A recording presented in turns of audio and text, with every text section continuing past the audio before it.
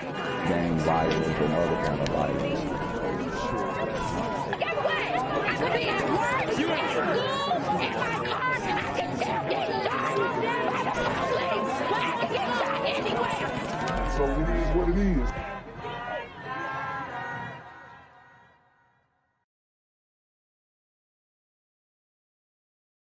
What's good, Shadow Realm? It's your boy Jenquavius Jackson, and y'all already know I'm demonetized and shadow banned in this bitch. So if you want to contribute, go to the Cash App, the PayPal, the GoFundMe, or join the Patreon. Also, don't forget to visit the merch store for all your favorite BGZM News 17 gear, including our exclusive Trump is a Blood t-shirt. Go fast before they sell out. They are already flying off the shelves, no cap. And remember, these super gremlins are on demon time. Yo, what's good, BGZM News 17 family? I'm at the corner of Jesse Jackson and Marcus Garvey, and I got some bad news for you.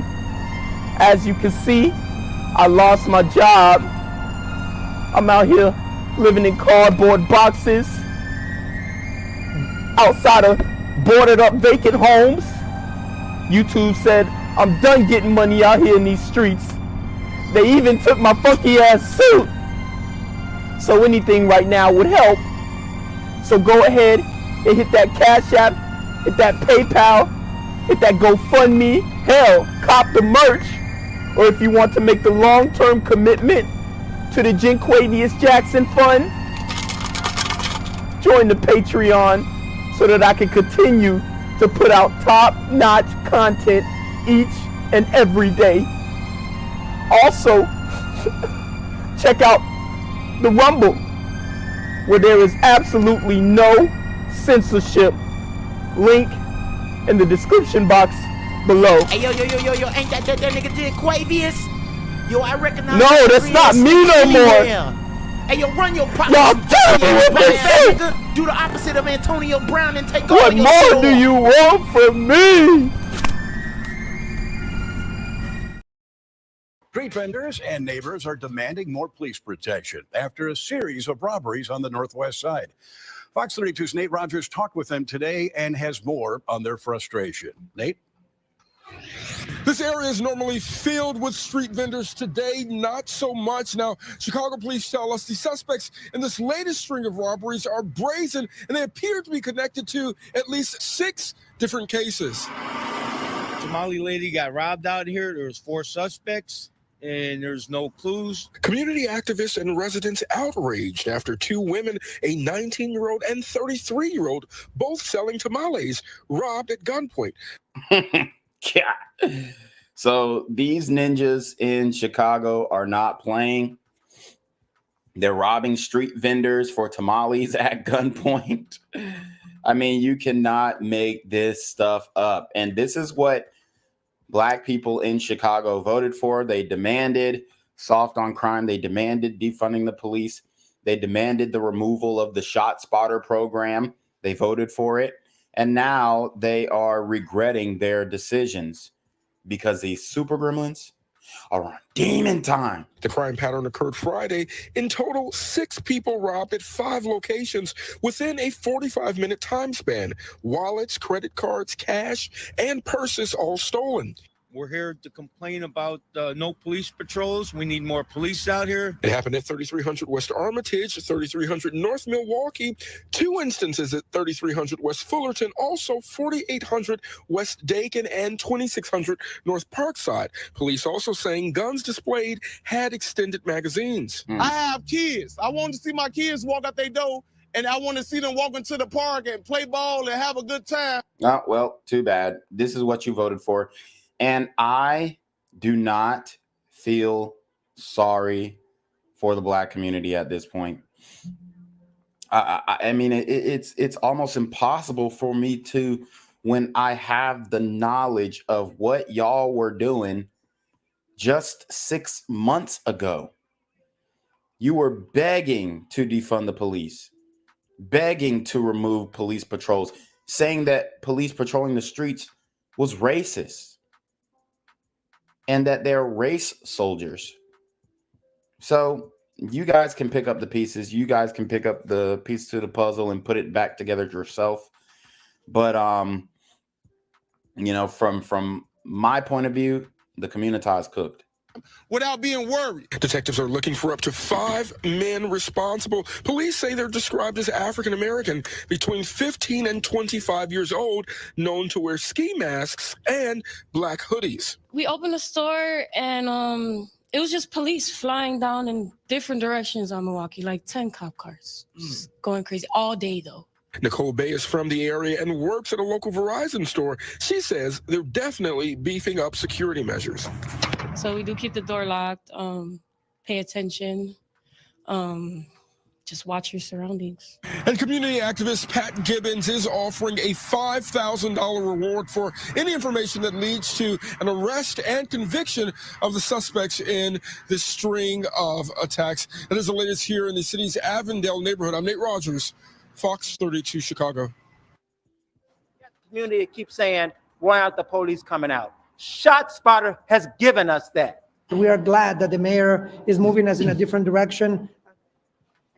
Mixed reactions to Mayor Brandon Johnson's decision not to renew the contract on the controversial ShotSpotter program. WGN's Jenna Barnes is joining us live tonight with more on this still developing story. Jenna? Yeah, Ray and Dina, Mayor Brandon Johnson campaigned on ending ShotSpotter. Some activists say it can lead to police violence, but there is pushback against the mayor's decision tonight. Some say he is taking away a life-saving tool from police. We need this ShotSpotter. Tina Hammond lives in Inglewood and has the ShotSpotter gunfire detection system on her block. I'm not going to say it makes me feel 100% safe, but just knowing that there are other things besides me or my neighbor calling 911, I just think that's very important. So you have Black women who are supporting the ShotSpotter program, yet for some reason, Mayor Brandon Johnson is getting rid of it. And obviously, he ran on this. It wasn't like he lied about what he planned on doing. It wasn't like he deceived the people of Chicago. He completely told y'all what he was going to do. He played in y'all's faces.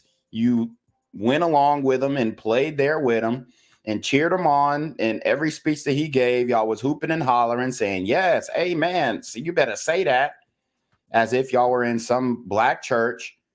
And then when he gets in office, he does exactly what he says he was going to do. And now you're upset. It's crazy. Joined a news conference alongside some alders outside a senior living community, denouncing Mayor Brandon Johnson's decision to end Chicago's contract with the company behind ShotSpotter. Chicago has spent nearly $50 million on the technology since 2018. At this senior building, I would constantly get calls about shootings. When they implemented ShotSpotter, those calls went down. Mayor Johnson is fulfilling a campaign promise by ending the city's use of the controversial system. A 2021 MacArthur Justice Center report found nearly 9 in 10 police deployments did not lead to evidence of gun-related crime.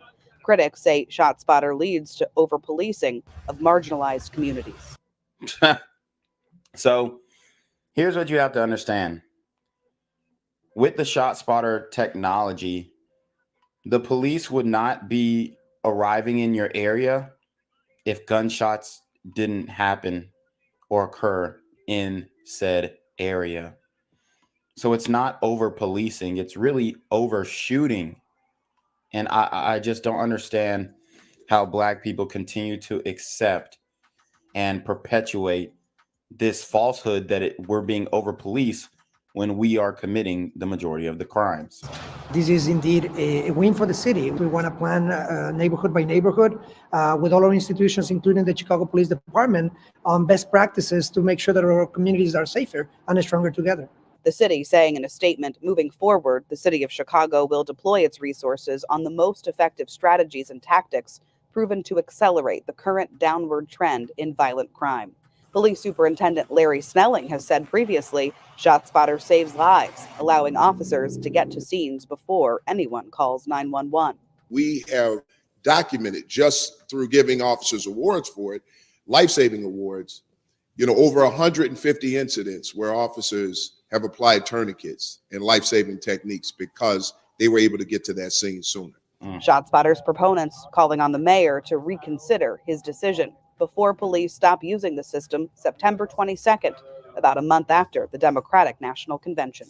You want to wait until all the dignitaries come from around the country and then cancel ShotSpotter the month after they leave? Yep. What about the people that are here every single day? He doesn't care, and y'all don't either because you voted for him. I just cannot feel an ounce of remorse for these people. I can't. After all of the content that I've covered coming from Chicago, continually hearing people scream that they don't need police and we can police our own. Well, let's put this little thought project to the test. That should be your focus. We did check with CPD tonight to see if Superintendent Snelling has a comment on this decision. CPD directed us back to the mayor's office. We're live at CPD headquarters tonight. Jenna Barnes, WGN News. What's good, Shadow Realm? It's your boy Janquavius Jackson, and y'all already know I'm demonetized and shadow banned in this. So if you want to contribute, go to the Cash App, the PayPal, the GoFundMe, or join the Patreon. Also, don't forget to visit the merch store for all your favorite BGZM News 17 gear, including our exclusive Trump is a Blood t-shirt. Go fast before they sell out. They are already flying off the shelves, no cap. And remember, these super gremlins are on demon time. Nearly 3 years after an I-Team data investigation raised serious doubts and questions about ShotSpotter's effectiveness and value, the multi-million technology on a pole tonight is being shot down by the Chicago mayor's office. But it's not dying immediately. Even though the gunshot detection contract expires this week, ShotSpotter will continue through the summer. When gunshots are detected, the equipment under contract with City Hall is to immediately send information to Chicago police, and patrol officers can be deployed to that area. In 2021, the I-Team obtained and analyzed 37,763 ShotSpotter alerts that had been recorded in Chicago. That data investigation revealed that in more than 32,000 of those incidents, when the system apparently detected gunfire, police responded but didn't report a crime. Yeah, because the super gremlins leave beforehand. But here's the logic. Those other instances, right? Those other, 5,000 instances where a crime was reported, that's what matters.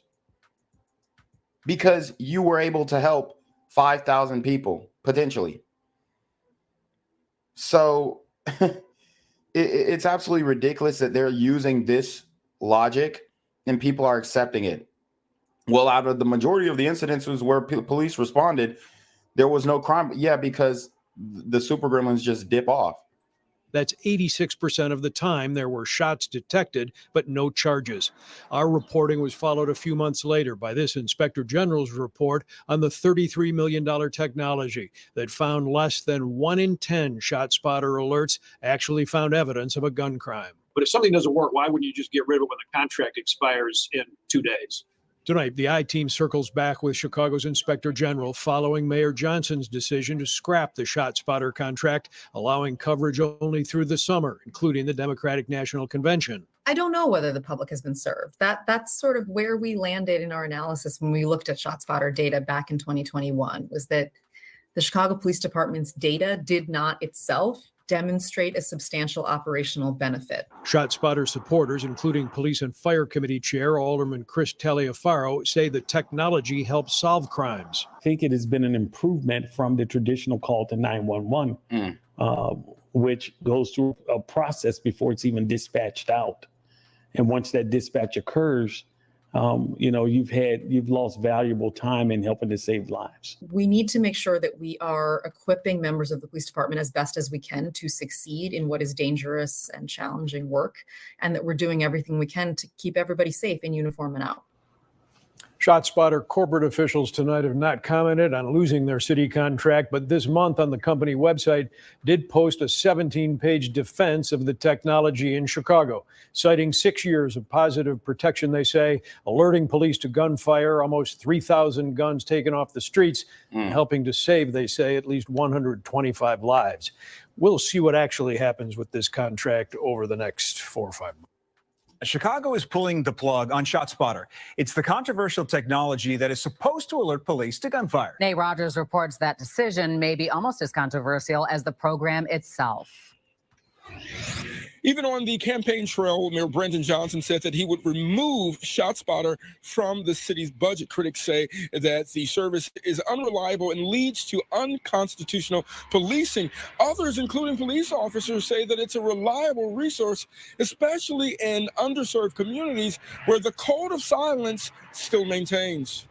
35 cities have already said this technology is unreliable. In September, right after the DNC in Chicago, ShotSpotter will end. The technology alerts police and notice how they're ending it right after the DNC so they can protect their coveted, sacred leftist elite.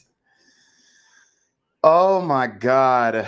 You can't make this stuff up. It's absolutely hilarious. It's almost, you know, it just leaves you lost for words, truly. Real time to locations where gunshots were fired. I feel it's very disrespectful of the mayor to make a decision like this without even getting the input of the community. In place since 2018, ShotSpotter cost Chicagoans about $8 million annually. City council members speaking in Inglewood today outraged by the mayor's decision not to renew the contract, saying with the department down more than 2,000 officers, many residents are not calling police. We're here to tell the mayor that he's wrong, that he needs to change his decision and listen to. Oh, well, too bad, because y'all voted him in and y'all begged him for this. And now he's giving all of your aid to illegal aliens and pretty much saying to the hell with my constituency, because they're going to vote for me either way. And I guarantee if Mayor Brandon Johnson ran for mayor again, he would get voted in again. 100%. No doubt in my mind. To the community. Black and brown communities hear gunshots all the time. There are some communities are immune to it. So therefore, sometimes people just don't call the police. Yep. ShotSpotter say, and it's not because it just happens so much. It's because the no snitching culture has bred a whole generation of people who think it's wrong to do the right thing. Lives. Why? Because the police will still respond to that call. On the other side, several cities have rejected ShotSpotter because of inaccuracies and red flags. What the Inspector General's report found is that the police enter every single situation with a ShotSpotter report, guns blazing, because they think that there's shots being fired in that moment. And in the case of Adam Toledo, what occurred is it led to that little boy, that 13-year-old boy, being shot and killed. Okay, well, let me stop you there. Adam Toledo, he was a burrito gremlin. He was shooting up the streets in the wee hours of the night. And then when he fled from police, he abruptly turned around and he got his ass shot. Do I feel bad for Adam Toledo? No. As a matter of fact, I would even go as far as to say is he probably deserved everything that happened to him. We do not need to defend people like this in the community, because these guys are moving and operating on evil completely. He was shooting into buildings indiscriminately, and he got his just dessert. In a statement, the mayor's office saying in part, quote, law enforcement and community safety stakeholders will assess tools and programs that effectively increase both safety and trust and issue recommendations to that effect. Former top cop Gary McCarthy also not a fan of the decision. I think it's a bad decision as far as catching bad guys and preventing somebody else from getting shot.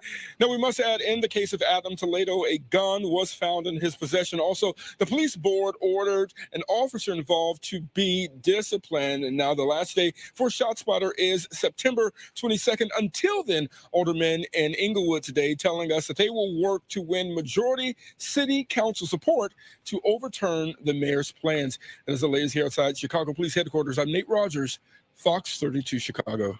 Gang violence and other kind of violence.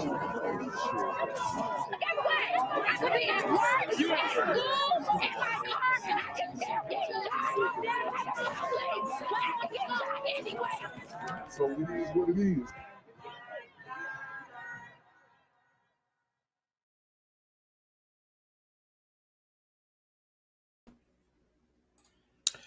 What's good, Shadow Realm? It's a Black Gen Z mindset. Make sure you go ahead and like, comment, share, subscribe, and let's get into the video.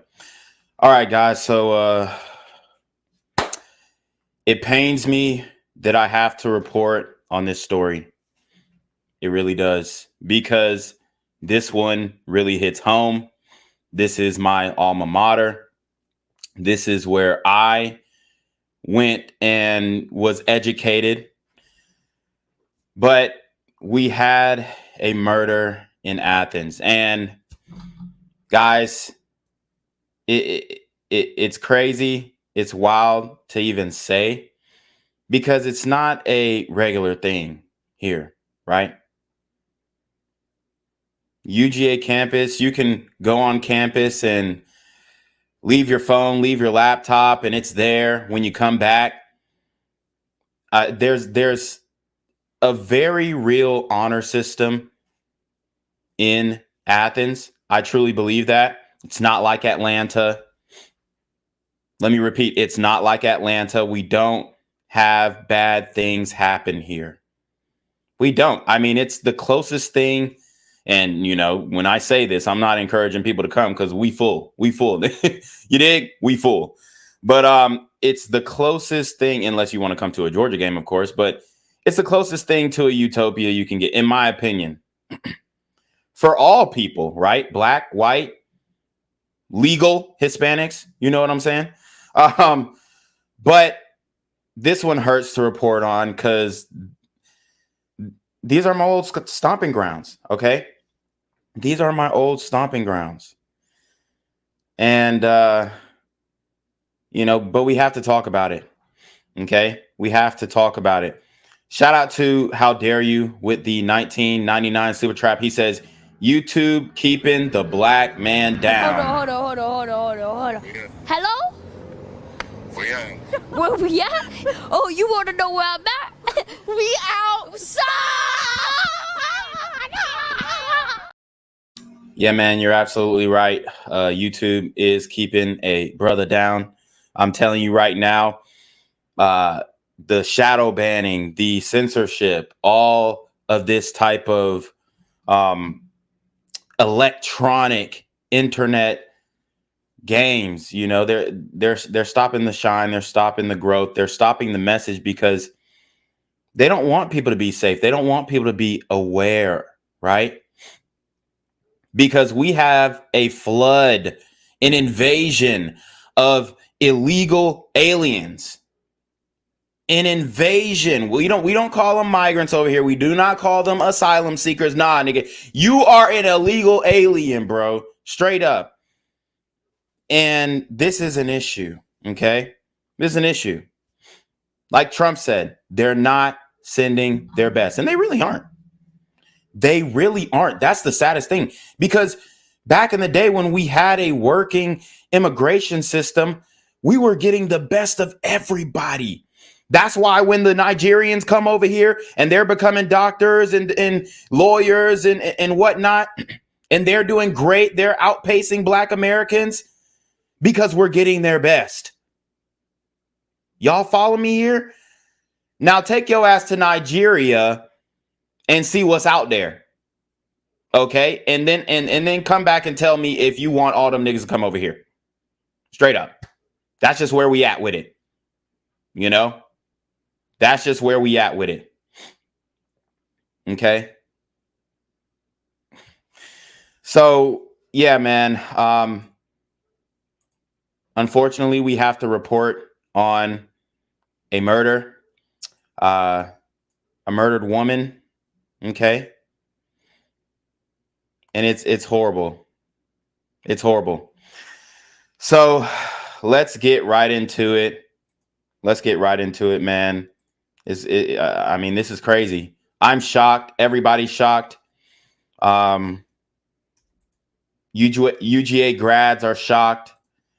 We're all frozen by this moment. And I think that it would be, good to just take a brief moment of silence, honestly, before we get into this message here.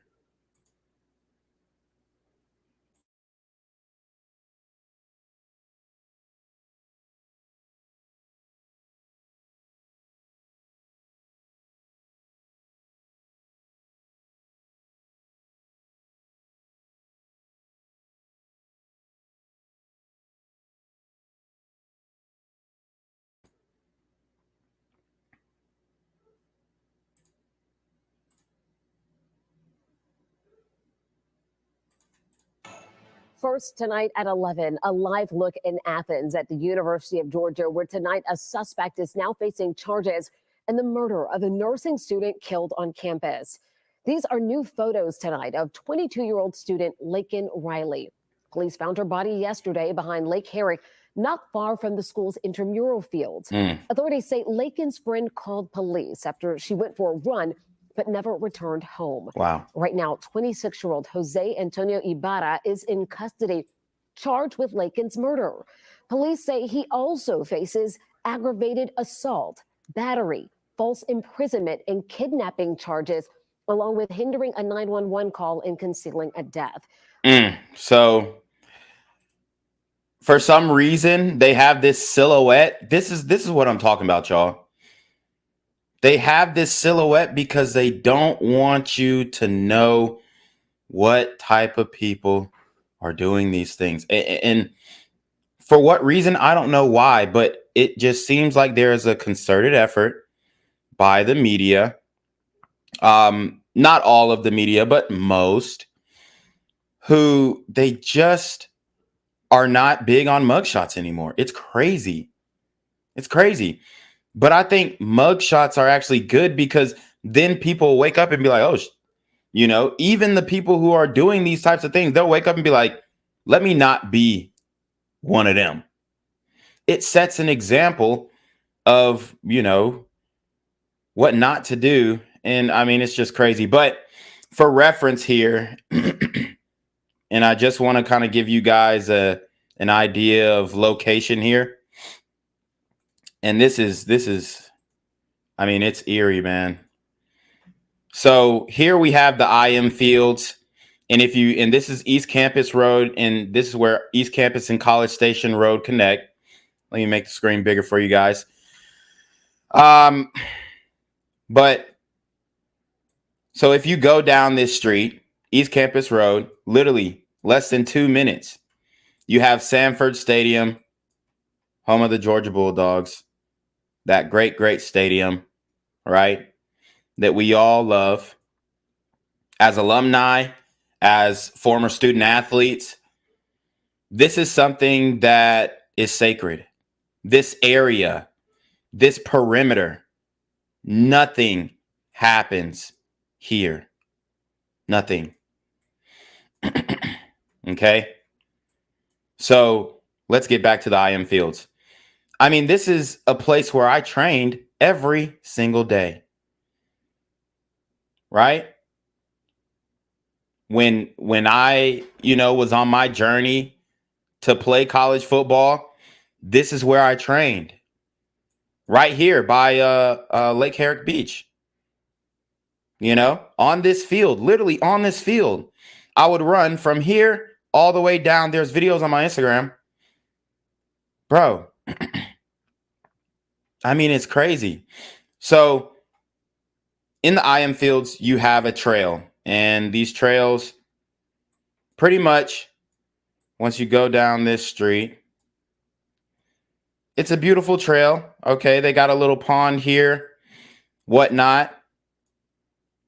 And you can go around here, as you guys can see the track marks in the trail that Google Maps have so eloquently lined out for us.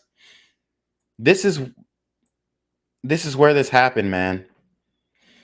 And it's sad. This is right off of 441. I mean, this is home, right? This is home. But we had something horrible happen. Something straight out of a murder mystery, right? Which didn't stay a mystery for long. But guys, this is how real this illegal alien issue is. Now, we know Chicago maxed out, right? New York maxed out, right? Denver finna be maxed out, okay? Texas, they was maxed out. They said, we sending y'all over there. California, they been maxed out, okay? These places are maxed out, and this is something that, you know, it happens. I report on these types of stories all the time. It happens. We know it happens, and we know it's happening way more frequently now, especially after, I would say it started ticking up 2016, but really after 2020, it just exploded, the crime. And obviously we know why. I don't want to get into the background story here again. But you have a horrible crime that was committed, right? Literally, when I was at the university, I stayed in these apartments right here. It's absolutely, I mean, it's crazy, man. Okay. Like I said, it's staggering that this happened. And you have an innocent woman who was killed by an illegal alien that your president, not our president over here, right? But y'all's president over there, President Joseph Biden, let this guy into the country. And he didn't have to. He could have just kept Trump's border plan in place. His policies were good. They worked. But now we got to get President Trump back in there because he's going to deport, baby. I think he's going to deport. Now, we need everybody gone. Honestly, we need a fresh start. But, you know, it's going to be tough, especially when you got 10 million across the border. If he can get, and this is a stretch, but if he can get 75%, I think we can manage. I think we can manage. It's going to have to be the biggest deportation effort that's ever been established or attempted in the United States. We want to get you straight out to 11 Alive's Cody Alcorn live tonight from Athens. Cody, you say police are still searching that suspect's apartment as we speak. That's right, Jennifer. Take a look behind me right now. You can see UGA police, the GBI, and Athens Clark police are still here on this scene, going through the suspect's apartment. As to what they have found so far, the police chief not telling us, keeping tight-lipped on the investigation. On Friday night, UGA... And let me tell you what, nothing gets past UGA police. They are they're hawks because they deal with downtown. You know, they deal with the perimeter of downtown, the skirmish, if you will, the stragglers from downtown who like to go on campus and, you know, do silly stuff. Could be students, could not be, you know, stupid kids. And these guys, they're patrolling campus. They're on it. They're on it. So they don't miss anything. So the fact that this happened here, and I knew they were going to get the guy really quickly, but it's a tragedy. Police announcing an arrest. Jose Antonio Ibarra. In the homicide of 22-year-old nursing student Laken Riley. This was an individual who woke up with bad intentions on that day. A 26-year-old. He did not attend school at the University of Georgia. Who the chief says didn't know Laken, in fact, never met her until Thursday morning. I think this was a crime of opportunity. Yeah, and just these little still shots. I mean, this is a lake I see frequently when I go back to campus and, you know, just do some research. That library is extensive. You can do a lot of research on census data, on just anything, honestly. But they have a lot of resources there. I mean, this is, it's crazy. It's crazy. And I think that all of the university have paused for a moment, right? But the reality is, man, we need change. We need that wall ASAP. Morning. I think this was a crime of opportunity. The suspect's apartment, which was searched all day Friday, along with several dumpsters and trash cans, backs up to a Coney Forest Park on the UGA campus, where Laken was jogging Thursday morning before she was attacked. The evidence suggests that this was a solo act. As to how she was killed, Blunt force trauma. while an arrest gives the campus some sense of safety, this heinous crime is a reminder evil can show itself anywhere at any time. Okay, but evil would not be able to show itself anywhere at any time if we literally got leakage from the illegal aliens that entered through Atlanta. We got leakage from, remember they saw those illegal aliens in Hartsfield Jackson and people started taking videos of it.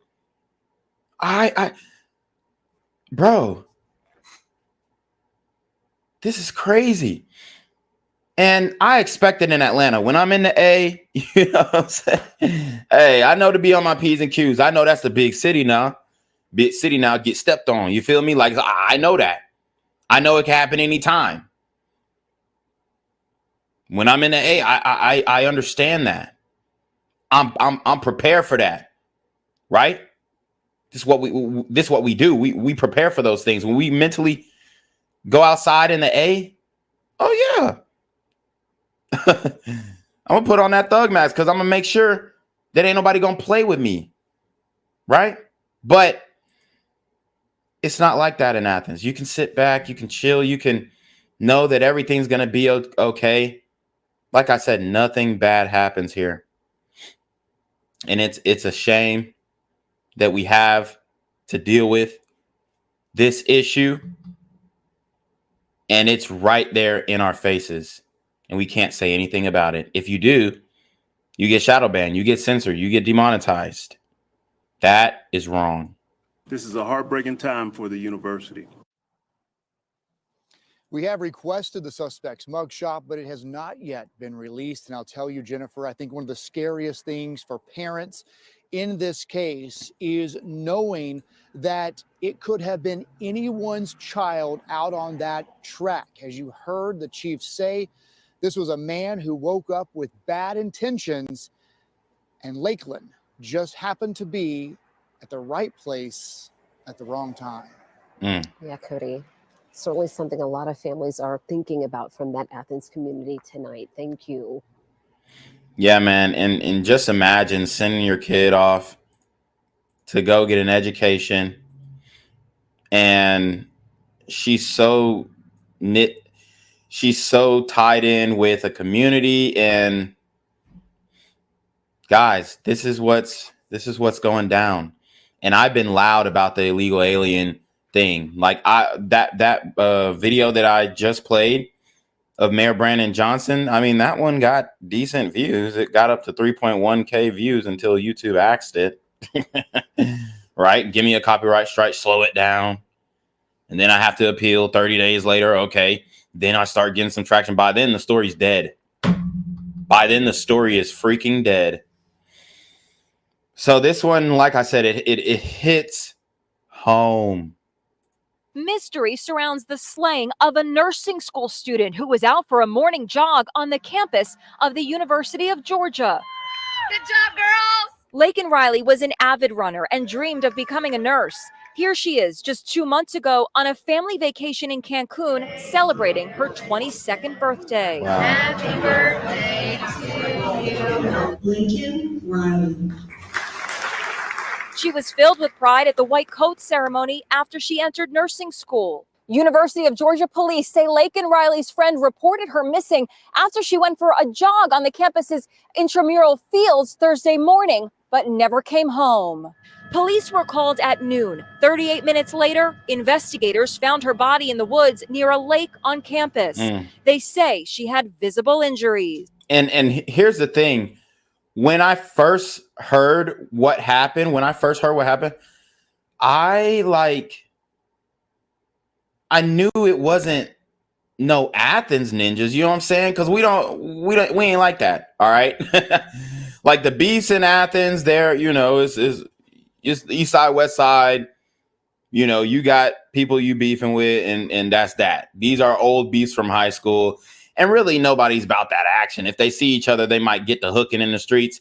Rarely is there real gunplay. Now, these young ninjas, they are trying to get on that, and that's everywhere. But you know, I had a feeling that this was an outside force. I was just like, what? At the IM fields? When I saw the first reports. And then when I listened to the press conference that we're going to get into later, I just want to show you guys how the mainstream media covers it. When I get into the press conference, I'm like, wow, I was right. These super illegal burrito gremlins are on demon time. Today, dramatic developments as police moved in on this apartment complex near campus and made an arrest. University of Georgia police have identified a person of interest who is being questioned. We want to stress that this continues to be an active, ongoing investigation. Now, these moms tell Inside Edition that AT&T's cell phone outage yesterday may have impacted the search for Laken Riley. I know that the alerts did not go. Wow. And here's the thing. Remember when AT&T went out? It was a story that went, I mean, it's still lingering a little bit and people were making jokes about it and all this kind of stuff. But there was just a movie that came out on Netflix that was produced by the Obamas, essentially. And what was that joint called again? You guys got to remind me. What was it? What was a little movie called? Leave the World Behind. Yeah. So yeah, that it was, and it was about an EMP, a total blackout, an attack on the American grid. And I'm not, you know, saying that this is some type of conspiracy, but honestly, y'all know how I feel. I personally, I think, oh yeah, what they did was intentional. I believe that.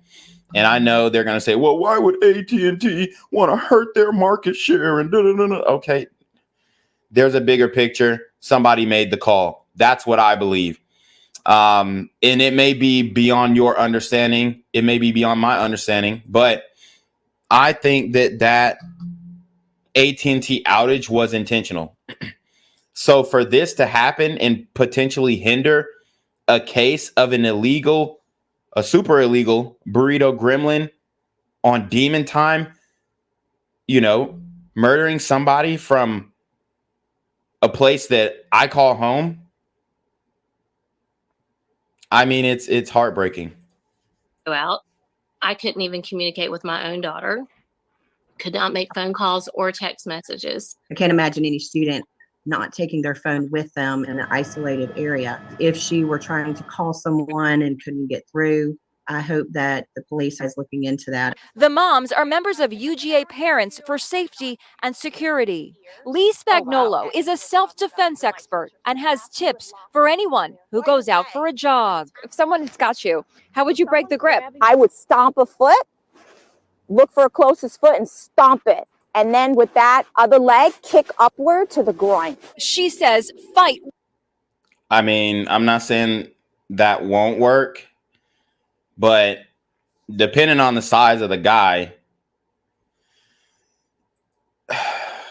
you know, I don't even want to get into the gruesome details, but look, you got to fight like hell, period. Especially if you're a woman, you're going to be smaller.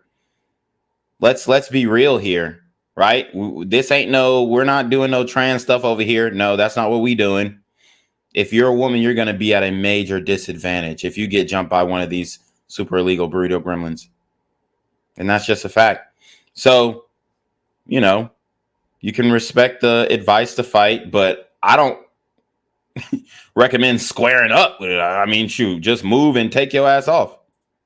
With force. You got to be able to turn around immediately, face that person, and start hitting. And then go like this. Yeah, we have palm strikes, heel of the hand strikes. You can't break your hand. Right to the bridge of the nose. Laken Riley attended Augusta University College of Nursing near the UGA campus. Now, a young woman who only wanted to help humanity as a nurse is gone. Yeah, that's sad. And we have enough of these excuse my friends, ain't-ish nurses out here who don't really want to help people. But, you know, they getting off the pole and then they go into nursing school. And then, when they get into the damn profession, they're like, ooh, old people. Like, nah, we don't need those type of people. Okay. We need people who gonna actually care and actually help. And you could tell that this woman was definitely about that nursing life. So yeah, man, it's just sad. We're going to see more from the Athens community and the reaction. But, yeah, we have an illegal alien problem like never before seen. And people don't understand how bad it is. We are giving resources to these people. We are paying these people to secure our downfall. Right? We have oceans around us for a reason. Like, we got it made. We got it set. Our landmass, it's perfect. And we're ruining the cities. We're ruining the country. I mean, the resources. It's so crazy how you can fumble a bag in a humanity. I've never seen it happen this crazy, and you know, it really touches home here, and that's why I'm really expounding upon it, because we are doing this to ourselves. Well, Biden's doing this to us. That's really what's going down, or whoever is his puppet master. It's crazy, bro. It really is. It's that bad. 2 colleges in Athens, Georgia have canceled classes today as police look for a murderer. Police discovered Laken Hope Riley's body in a wooden area of the University of Georgia's campus after a friend reported she had not returned from her morning run. Detectives say there were obvious signs of trauma. Riley was a nursing student at Augusta University in Athens, which is located near the University of Georgia. Authorities do not yet have a suspect. CBS News digital journalist Jared Eggleston is in downtown Athens, Georgia for us. So, Jared, what do we know so far about the investigation into this woman's death? Lana, good afternoon. Police are remaining tight-lipped about the investigation. At this point, they've just told us that if people think they might have seen anything or know anything, to reach out to them. That's leading to a lot of questions among people here in downtown Athens. People are out and about today, and all of them are talking about what happened on campus yesterday, including one of Laken's former sorority sisters. I had a chance to chat with her, and she told me that last night was really emotional for them as they all gathered at the sorority house and talked about memories, and also were just trying to process what had happened. Take a listen. She was about to graduate. She was a senior, and she's never going to get that. And it's obviously devastating for my sorority. All the girls were like at the house crying yesterday, and it's just unfair. It's so unfair, and we're going to miss her a lot. And Lana, you know, that is this sentiment around a lot of people out here. And just as we were talking there, I've confirmed from the UGA Police Department that they have identified a person of interest in this case who is being in question. But they do want to also stress, they're telling us that this investigation remains active, and we expect updates to come throughout the rest of the afternoon. Okay, a person of interest, that is a development. Jared, the police chief for the University of Georgia says that there has not been a homicide on campus in 20 years. How unusual is a case of this nature? It's very unusual. I actually went to school here and lived in Athens for several years, and the area on campus where this happened is a very busy area. There's several parking garages where students would take buses to classes. Yeah, and I mean what he's saying, I can verify. It's not like when we talk about these major cities in Chicago and Atlanta and New Orleans. It's not like that at all, right? It's not like that at all. So he's right. It's not a place where things like this happen. And it's very shocking, very sad. And yeah, I like what Scott Kelly said. He said women should arm themselves. Yeah, and they should. I mean, it's so easy. Women can open carry in Georgia here. So I definitely agree with that. But it's definitely going to be very unsafe for the next. I said we have 2 more decades of this because I think they're going to do everything in their power not to get Trump. Like I'm trying to keep the faith. I'm going to vote, but I think they're going to do everything in their power to not let Trump get elected, bro. The $350 million, what is it? The settlement or whatever the fuck. It's some bullshit. They're trying to drain bro's pockets, bro. It's so crazy. That's why you got to get the Trump Air Ones or whatever the hell they call it. Joyce. Hey, cop them hoes. Hey, honestly, once they get back in stock, I'm a cop one. Fuck it. Them shits look hard to me. Pause. There's also several trails, as you know, and also intramural fields where they have PE classes and things of that nature. So it would have been a very busy part of campus yesterday, and that is what so many people are talking about here in Athens today as they try to grapple with this. All right, Jared Edison, thank you. Wow. I mean, just a wild case here, right? And it's horrible. It's disgusting, bro. So let's see how ABC is covering this. And we have to hold the media account too. We really do. The Athens Police Department has a suspect in custody for the murder of 22-year-old Laken Riley. Police arrested 26-year-old Jose Antonio Ibarra, who is accused of killing Riley Thursday afternoon at the intramural fields at UGA. The two did not know each other. This is considered by investigators to be a crime of opportunity. Riley was in her second semester in nursing school. This is a picture of her white coat ceremony in Augusta last year.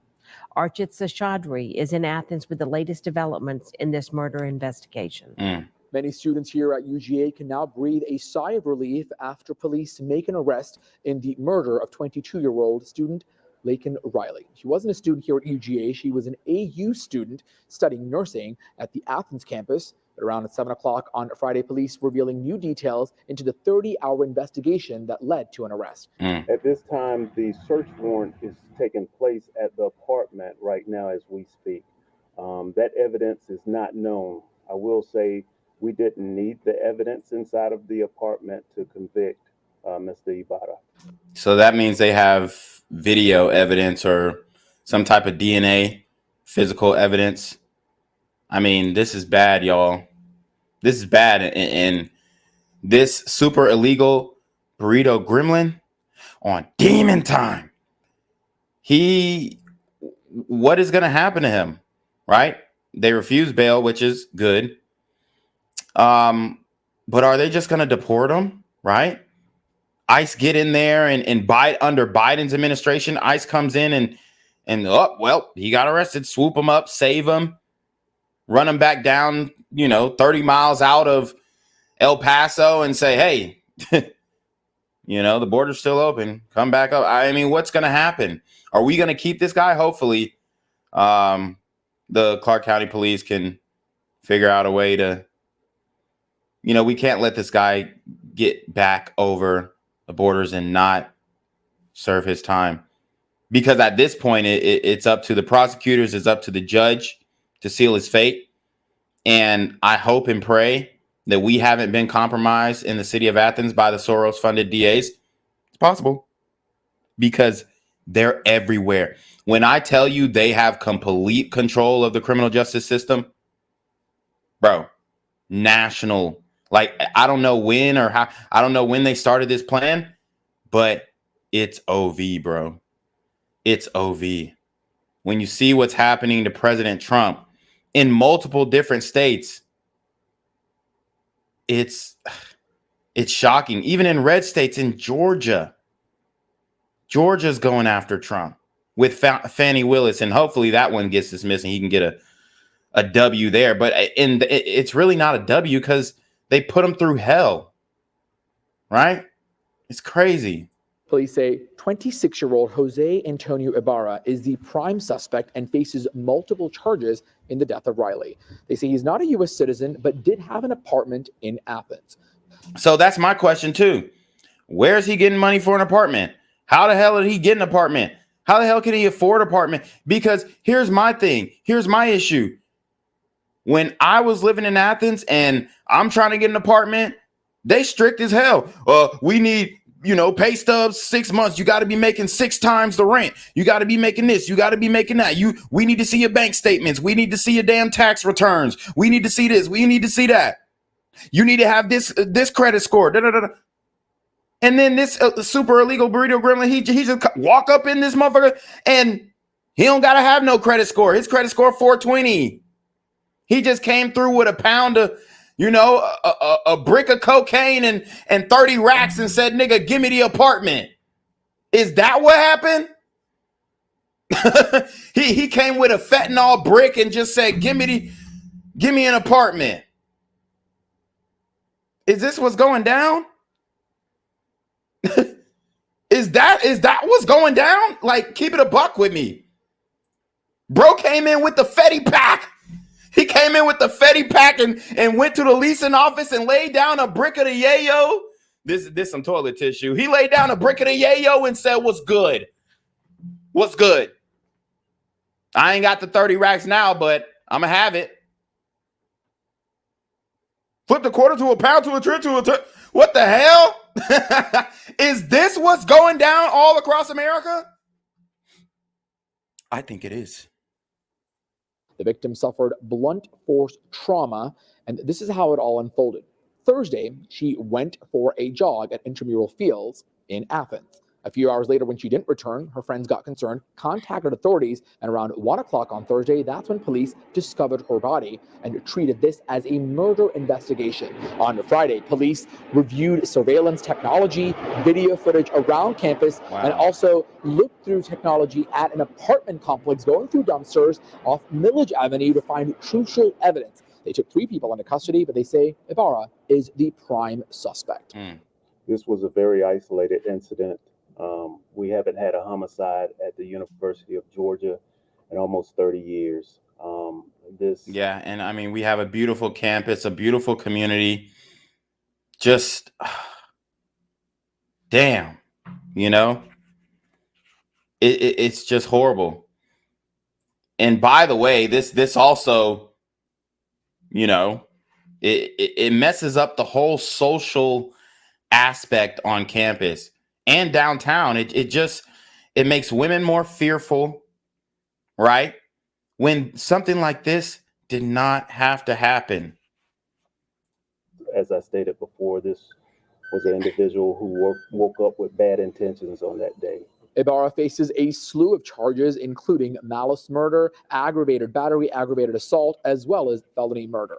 We'll continue to track this story, but for now, classes are closed at UGA as a precautionary measure until Monday. Reporting in Athens, Archit Seshadri, Atlanta Bureau Chief. And this evening, Governor Brian Kemp sent out a tweet about the tragedy in Athens, saying in part, Marty, the girls and I were truly shaken and heartbroken to learn of Laken Riley's tragic death. We will not rest until justice for Laken is secured. Yeah, so my thing is, what we gonna do? What are we going to do about this, bro? Are we gonna mass deport? Okay, because the whole campus is terrified. So let's get a sense of the pulse of campus and how people are really feeling about this. 11 Live's Bobeth Yates continuing our coverage from the area where Riley's body was found on UGA's campus. So, Bobeth, what are students saying tonight? How are they feeling out there? Well, students we spoke to say they are extremely afraid. In fact, they have not been coming to this entrance of this trail right in front of Lake Huron. All we see here is a little memorial from family members leaving behind saying, "We will miss you." Wow. I'm scared. I'm terrified. I actually walk trails a lot by myself. Athens All right. resident Kaylee Craig is among those in disbelief after a fellow student. Yo, so actually this is pretty funny because I know this girl. A memorial from family members leaving behind saying, "We will miss you." I'm scared. So I guess they said they were going to talk to students. She's a resident. I actually went to high school with her. She's cool as hell. She got kids with two of my homeboys. Honestly, like that shit is funny as hell. But shout out to Kaylee. I'm terrified. I actually walk trails a lot by myself. Athens resident Kaylee Craig is among those in disbelief after a fellow student, Lakeland Hope Riley's body was found in the woods behind Lake Hurlick Thursday afternoon. According to officials, Riley had gone for a run in the area, and Craig isn't the only one reacting. I mean, it's awful for the entire community. It's really, really tough. I mean, I do know a lot of people who knew her, and, you know, it's so close to home. You should be safe on a college campus. Yeah, it's so close to home. This isn't like Georgia State or anything like that, or Georgia Tech. It's not like that. And what I'll also say is this isn't indicative of the UGA campus and what happens on campus. It really isn't. When I tell you this campus is so freaking safe, like it really is. Like you can be out at midnight and nothing will happen. I promise you. It's so safe. UGA police do a great job. So do Athens Clarke County Police. So, you know, it's just heartbreaking. It's unimaginable. Right. And the fact that you go on a run in the morning and you just don't come back is absolutely unacceptable. And it's not something that should be happening. Riley was a UGA student, but spring semester 2020. And the media, sorry, I keep pausing it, but the media is failing to ask the important question. How do you feel about the suspect and the fact that he was an illegal alien? What do you feel about that? Right. You feel like that's a major issue, top 10 issue in the country right now? Those are the questions they're failing to ask. Acceptable, and it's not something that should be happening. Riley was a UGA student, but spring semester 2023, she transferred to Augusta University College of Nursing's program in Athens. In a statement, AU officials wrote, "It is with deepest sorrow that I share with you the news that one of our students at our College of Nursing campus in Athens has passed away. Police have said they suspect foul play. The receipt of this news this afternoon was shocking for all of us." And Riley's death is also impacting UGA students who say the situation has them on edge also. No, I don't think in the last 3 years of me being here, I've felt remotely unsafe or like in danger. This UGA student who asked us not to disclose her identity says she's familiar with I mean, she put her face out there. Shit. With all this technology, shit, niggas could just grab your face and you out there. I don't disclose my identity, but put me on camera. What the hell? Trail where Riley's body was found. Because I parked there and I've ran and walked the trail a couple times. Yeah, and you know, low key, that's a dope place to park too. You will rarely get a ticket. I mean, that's where I used to park all the time. I would park my car there to go to class, come back, car still there. That's a W. Shout out to IRS with the $3 super chat. Hold on. Hello? Where we at? Oh, you want to know where I'm at? We outside! Yes, sir. IRS is definitely outside with it. We know what's good. We know what's going on out here in these streets. And we're, to be completely honest, we're sick and tired of it. Sick and tired of it. These super illegal burrito gremlins are on demon time. It's really, really scary. And to know that there's like no blue light system, like emergency system there, it's just really scary. As for Craig, because of this incident, she says she will think twice before she goes on another run. I've just been thinking about this a lot. Like, what if somebody grabs me from behind? Then how am I going to get into to like protect myself, you know? And it's just really scary. Like, I don't even want to go walking for a while now. Now, the students tell me this area by the lake is generally used by students with night classes. They say they park close by and then walk to classes. Many of them are now afraid because they say they don't see a lot of patrols in this area. Sending it back to you. Bobette, thank you. And honestly, I'm gonna tell you what, when I was in school and every time I'm running on the IM fields, there were cops driving past like every 15 minutes. So, I mean, there's definitely patrols there, and they're pulling into the parking lot, going around the parking lots, then getting out of or the parking decks rather, then going all the way back to the entrance of the trail, then coming back. I mean, they do be patrolling. That's why I said this type of stuff doesn't happen here, because they definitely do be patrolling. So I don't know what Shorty's talking about, because I mean, I literally used to live in the apartments right next door, and I rented it out for some time too, and then I kind of got in a disagreement with the property management and whatnot, and I ended the lease. But anyways, let's keep going. So much. Again, before Bobette came on, Molly reported that there will be a press conference at 7 o'clock. Okay. So let's get into some of the family. Honestly, this is going to be really sad. Let's keep going. This is very important, guys. Share the video, like the video, donate to the channel, PayPal, Cash App, Super Trap, whatever you can do, guys. This is extremely important.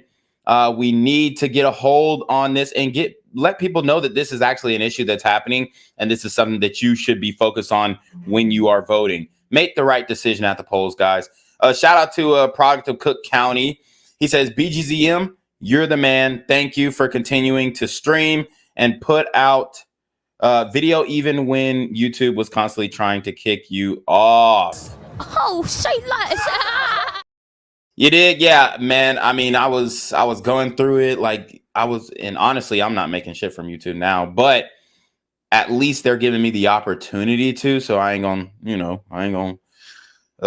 strike the hand to feed me, you dig? But back in the day, I mean, I had 3K subs and I was bringing in some good money, like 2K a month, honestly, only with 3K subs. Like, shout out to Ock Nation News with the $20 super trap. He says, great show, Gen Z. They in your hometown now. Keep your head on a swivel. Hold on. Hello?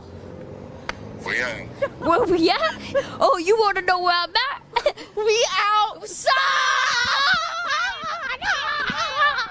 Nah, for real. They are in the hometown ski, bro. It's crazy. I mean, how the hell do you get from the border to Athens? I just don't understand the trajectory. But apparently this guy was in a migrant camp and he was basically locked up in the camp, and then they had overcrowding and they let him out. And he ends up in Athens and kills a beautiful young soul. I mean, this blood is on Biden's hands. She wasn't in school. Laken Riley lived with her family in Woodstock. That is also where she went to high school. Fox 5's Angelique Proctor continues our team coverage from River Ridge High School in Woodstock with a closer look at Riley's life. Angelique. Good evening to you both. Laken Riley was described as a shining light. She was very close to her younger sister, who posted about their relationship today on social media. Laken Riley's younger sister, Lauren Phillips, shared an Instagram post of the two as Children Friday. Wow. It reads in part, "The best sister and my built-in best friend from the very first second. This isn't fair, and I will never understand it, but I know you are in heaven." Yeah, and honestly, there's nothing that you can say to a grieving sister.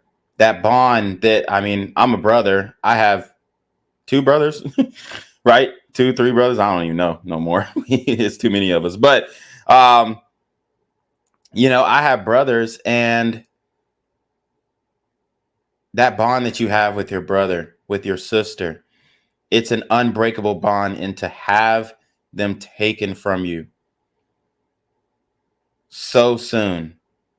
This is somebody that you grew up with as a child and expected to grow old with, expected to see get married, expected to, you know, have little nieces and nephews.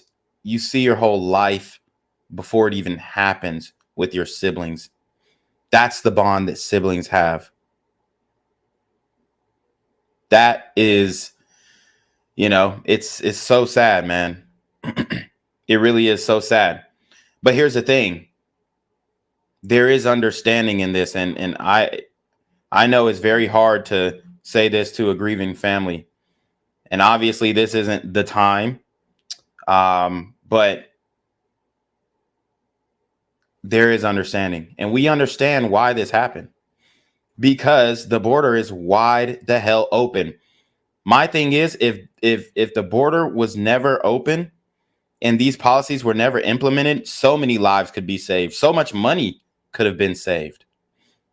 But you have the Biden administration, along with these sanctuary cities, who are talking all that stuff until the problem is at your doorstep.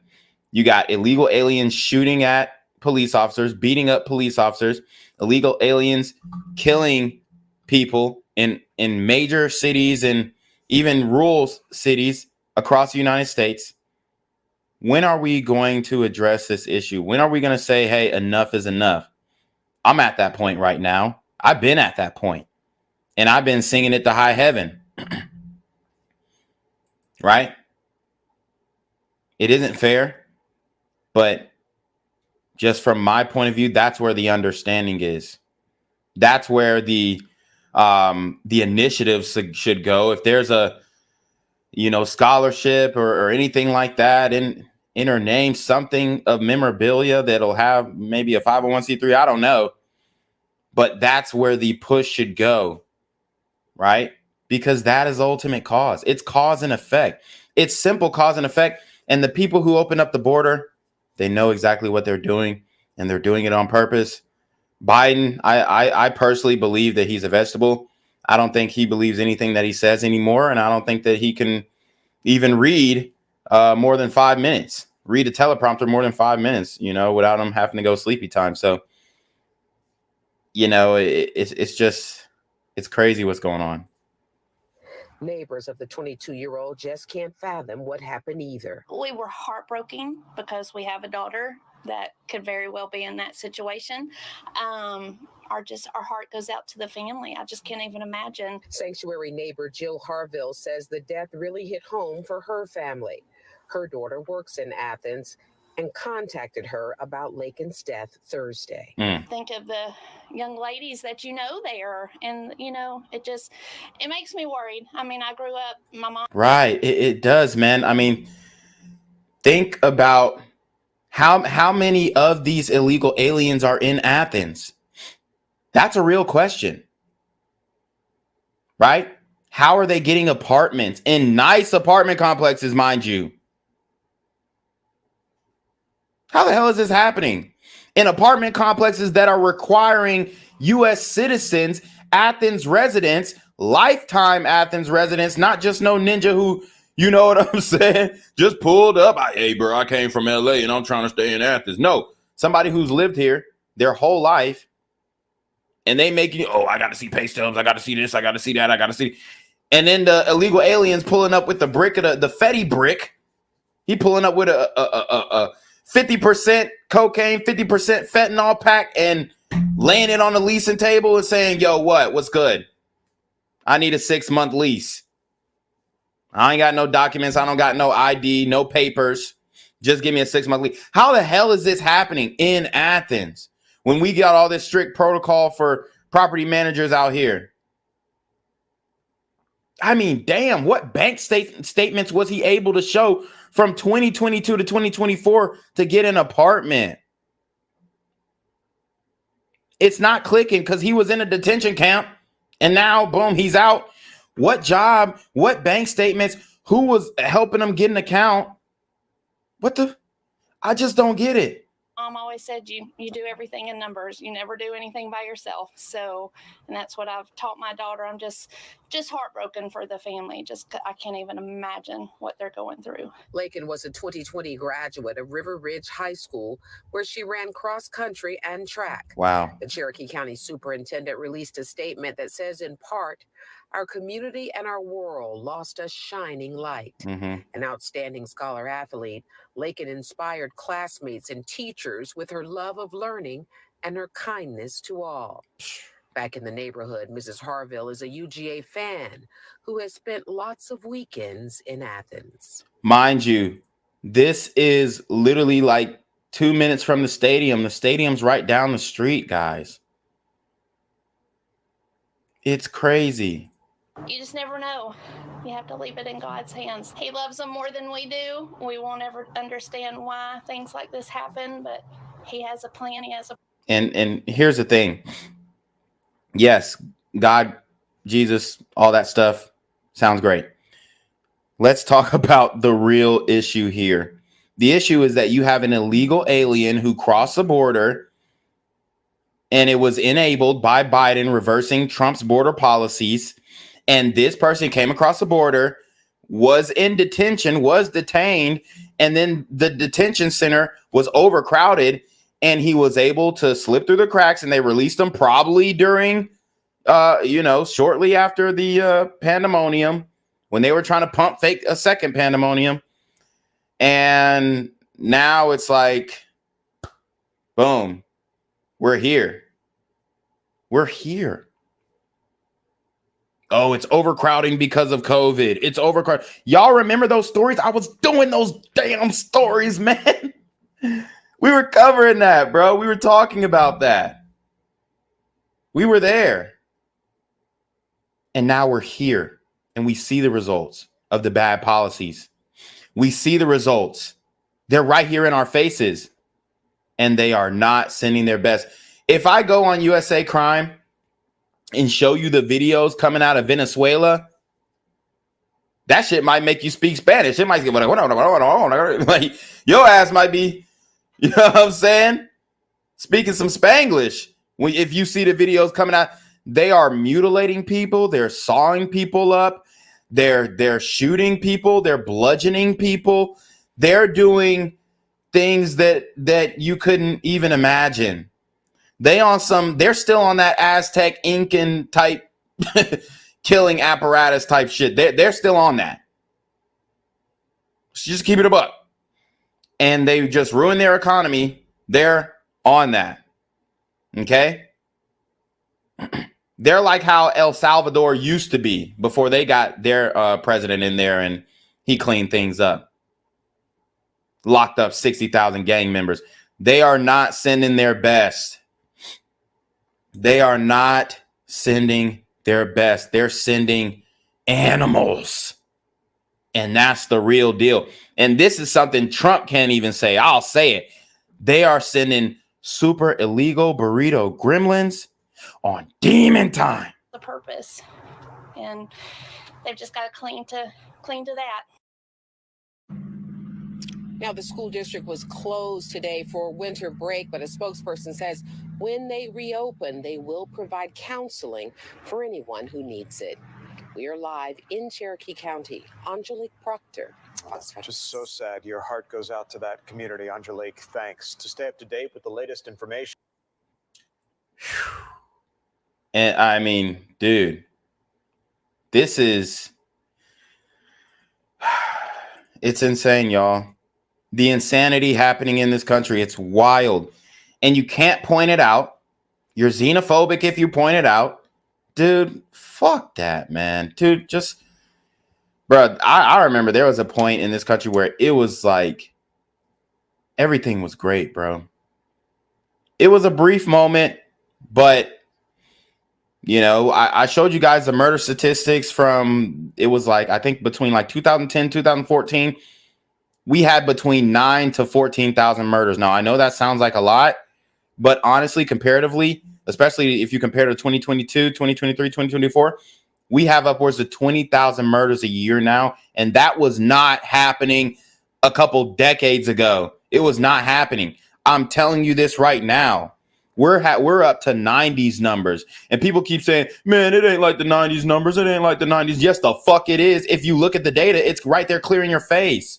This ain't the 90s numbers, bro. Man, the 90s was worse. No, shit. The 2020s, they're finna be even worse.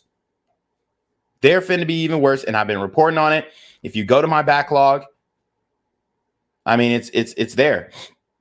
Shout out to Caesar D with the $2 PayPal. He said these third world super gremlins will take demon time to another level. Mark my words. I'm telling you right now, these are people who hang individuals from public bridges. Imagine if you going down 85 and you see a hung corpse with no head. They ain't even hanging from the neck right now no more because the body's just gonna slip into and fall into the highway. They're hanging them from their torso and cutting off the fucking heads. Bruh.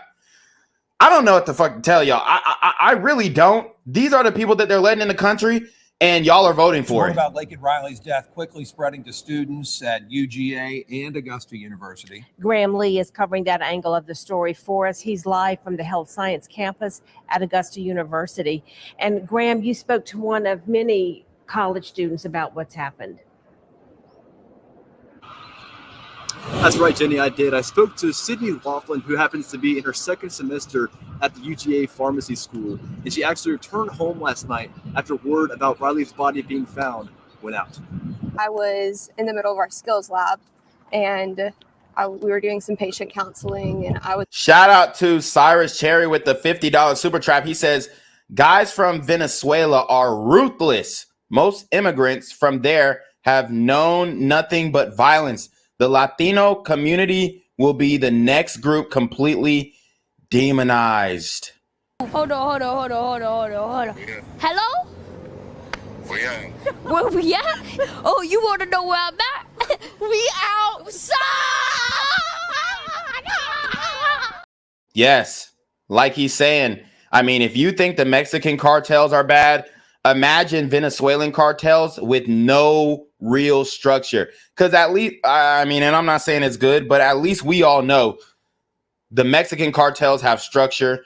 They have influence. They have people on payroll, political people on payroll. They have a structure that even if you cut off the head of the snake, El Chapo Guzman, even if you cut off Pablo Escobar, if you cut off the head of the snake and there's just another one there, they have influence, right? So, but these Venezuelan, people, their country just recently collapsed within the last 10 years. And I mean, they're just ruthless. The way they're going about getting food, the way that they're going about surviving, the way that they're going about treating helpless people in their country who have, suffered from the realities of communism, right? That the leftists, the Democrats, the progressives are pushing for our country. Guys, and they're trying to bring these people in and have them be another voting bloc. I mean, this is a wicked, wicked plan, and it's been in the works for a long time.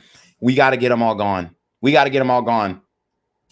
Was actually in the middle of pretending I was the pharmacist to one of my peers, and one of my other peers, her face just dropped in the middle, and we kind of stopped and looked at her, and she was like, guys, something has happened.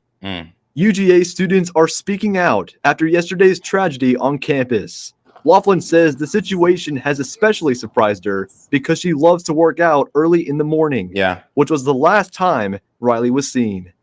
I mean, I used to park over near where it happened at in my first semester, and I go to the gym at 6 a.m. in the dark every morning, and sometimes I would have to walk across that main road to get there in the dark. But I mean, there's never a point where I didn't feel safe. Yeah, and like I said, this doesn't happen on UGA campus.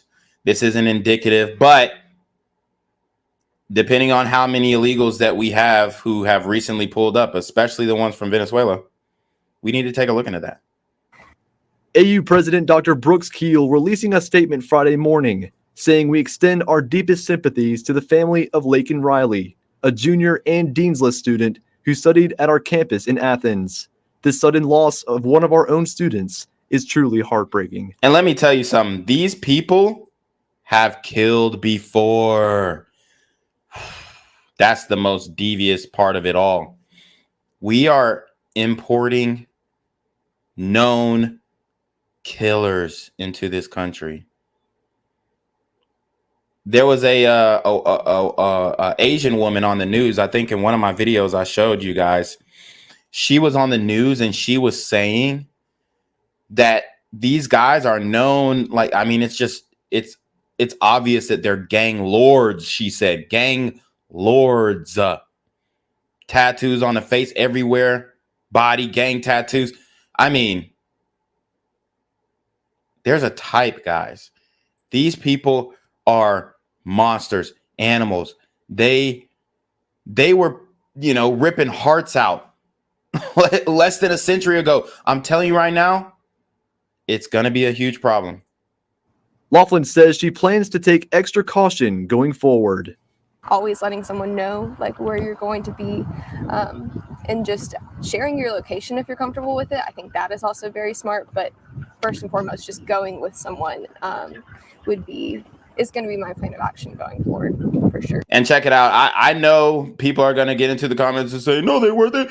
Bro, I know I haven't completed my Evil African Kings series yet, but I'm going to get back to it. I just had to wait till I get demonetized or remonetized again. But guys, I'm telling you right now, less than a century ago, these people were ripping hearts out. They still are, honestly. They still are. In Venezuela, I mean, there have been reports of cannibalism when the government fell. People eating each other's flesh. I mean, it's getting wicked out there. And they're sending these people over to, for one, rob us of our tax dollars, and then for two, to wreak havoc on our society. Now, classes at UGA will resume this coming Monday. In the meantime, both UGA and AU are offering counseling services to all students, staff, and faculty that need it. And we'll hear more information about this investigation at that press conference from the University of Georgia tonight at 7. For now, live in Augusta, Graham Lee, WJBF News 6. Yeah, this shit wicked, bro.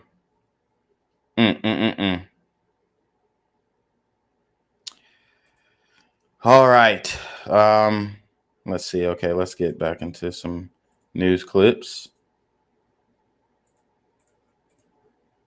University confirming that she was a student at the school's College of Nursing campus that is in Athens. So we, of course, our hearts go out to Augusta University. Our hearts go out to the College of Nursing for Augusta University, and of course UGA, who is now helping to investigate this after Laken Hope Riley's body unfortunately found in a wooded area behind Lake Herrick. Yeah.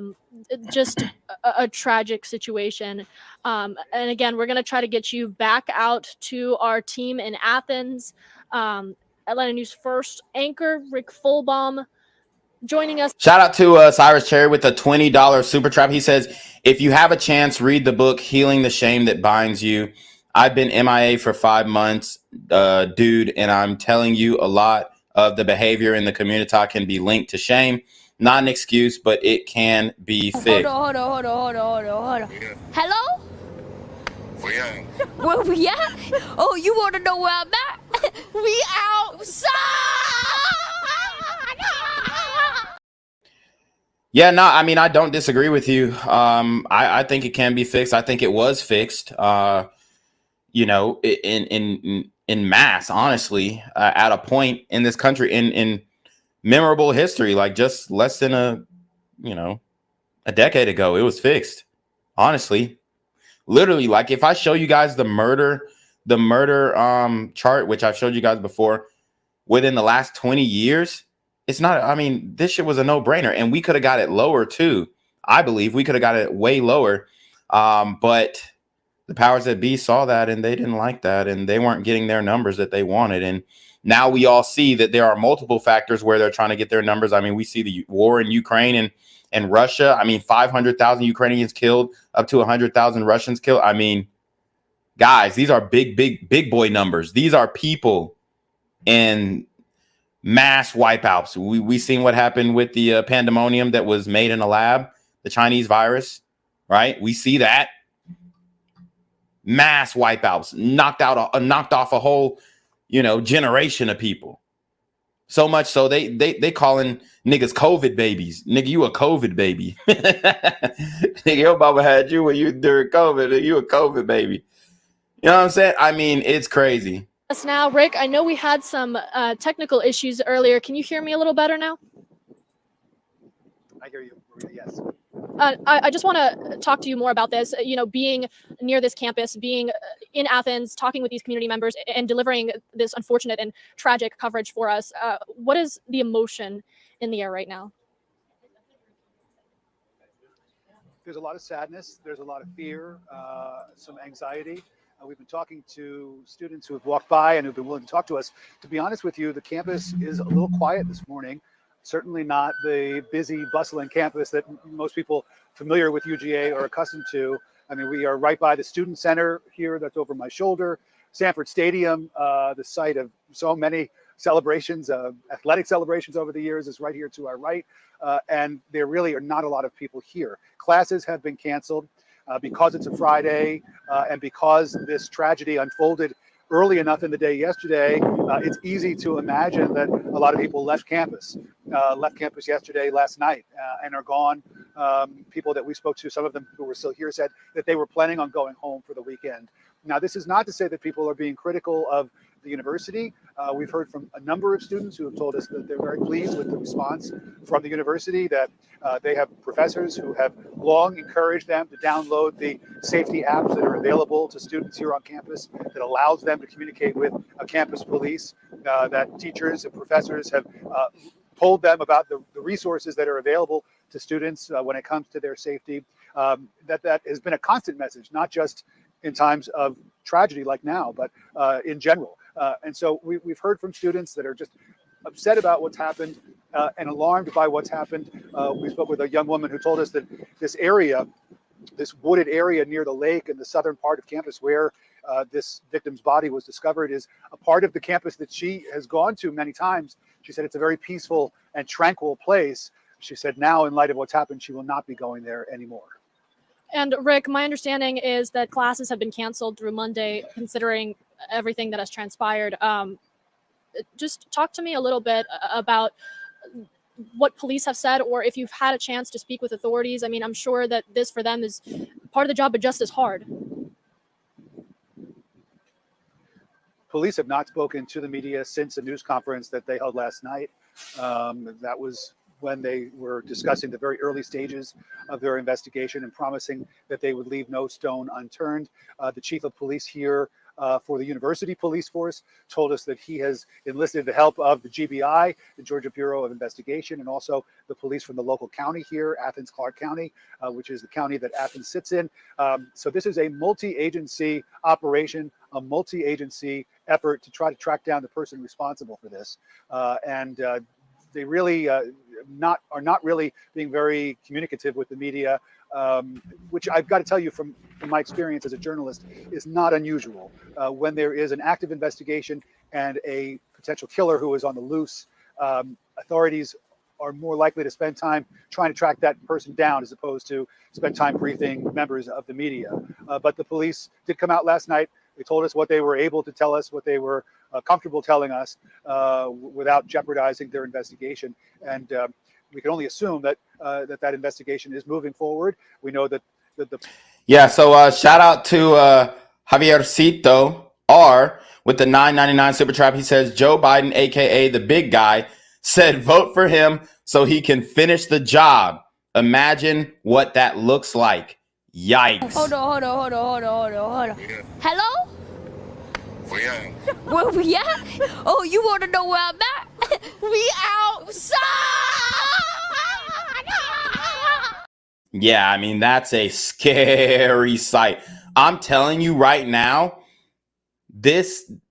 our society is going to be broken if the big guy finishes the job. I mean, remember what he posted on Instagram during the Super Bowl? Or his team or whatever.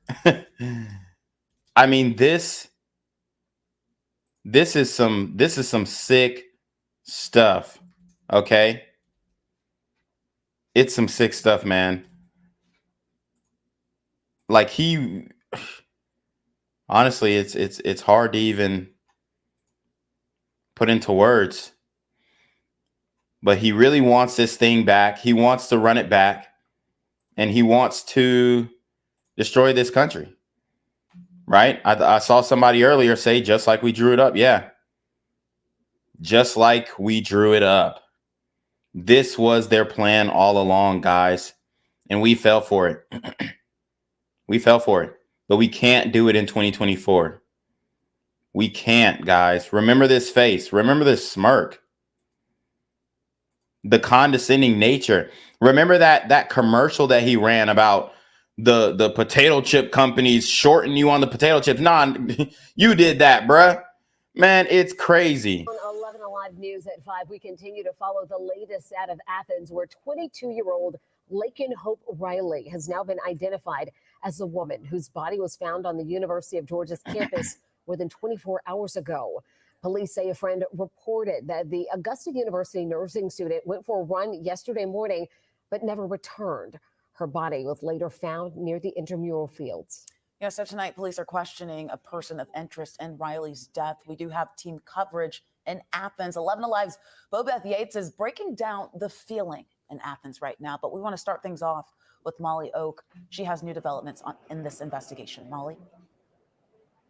And at this apartment complex, which is right near campus, guys, there has been a police presence throughout the day and even yesterday as well. I want to step aside so you can see what we're seeing. We see UGA police, the GBI, also Athens Clark County Police Department as well. Of course, this comes as you all just announced. UGA police are questioning a person of interest in relation to this homicide investigation. Now, that information was told to me by a university spokesperson after police confirmed this morning that the body they found on campus yesterday was Laken Riley's. Today, University of Georgia classes are canceled, but the search continues. We watched as investigators looked through trash cans and dumpsters near the Cielo Azulik apartment complex, which is just one interstate exit away from where Laken Riley's body was found on campus near the intramural fields and Lake Herrick, where flowers from Riley's family now sit, decorated with hearts and Laken's name. You can rest assured that the University of Georgia Police, in cooperation, well, you can all see, with Athens Clark County Police and the Georgia Bureau of Investigation, are continuing to work around the clock to resolve this crime and to bring it. A promise from police coming through university spokesperson Greg Trevor after UGA first got a call around noon yesterday from. And we're the two-time national championships. We went on a run for a three-peat this year. Unfortunately, we, couldn't get the job done against Alabama. Then we had a Peach Bowl where we just destroyed FSU. We were on a high. This city was on a high. And it's just heartbreaking, devastating that this has happened and affected this family. I feel so bad for them. And definitely our condolences from the BGZM News 17 crew. Well, we got a couple people, me and Jenquavius, but Jenquavius doing the audio engineering, nigga fucking up as usual.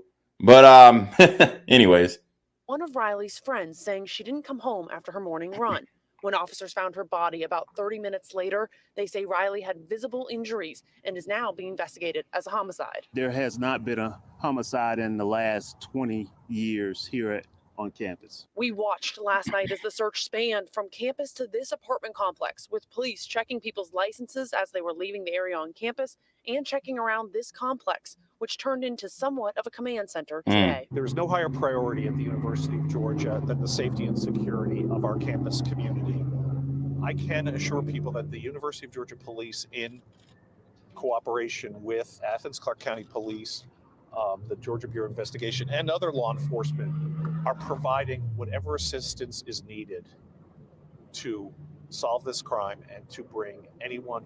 As we give you another live look at the scene, police told me they're here today because of Riley's homicide investigation. Now, they also say they arrested one person, but we're not able to confirm if that's in relation to this homicide investigation or if it's tied to something else. What police are asking you today is that if you have any information related to this or if anyone saw anything suspicious between the hours of 7 a.m. and 12 p.m. yesterday around the intramural fields or around the lake, to give them a call. We also just got this confirmed that there will be a press conference from UGA with an update on the homicide investigation tonight at 7 p.m.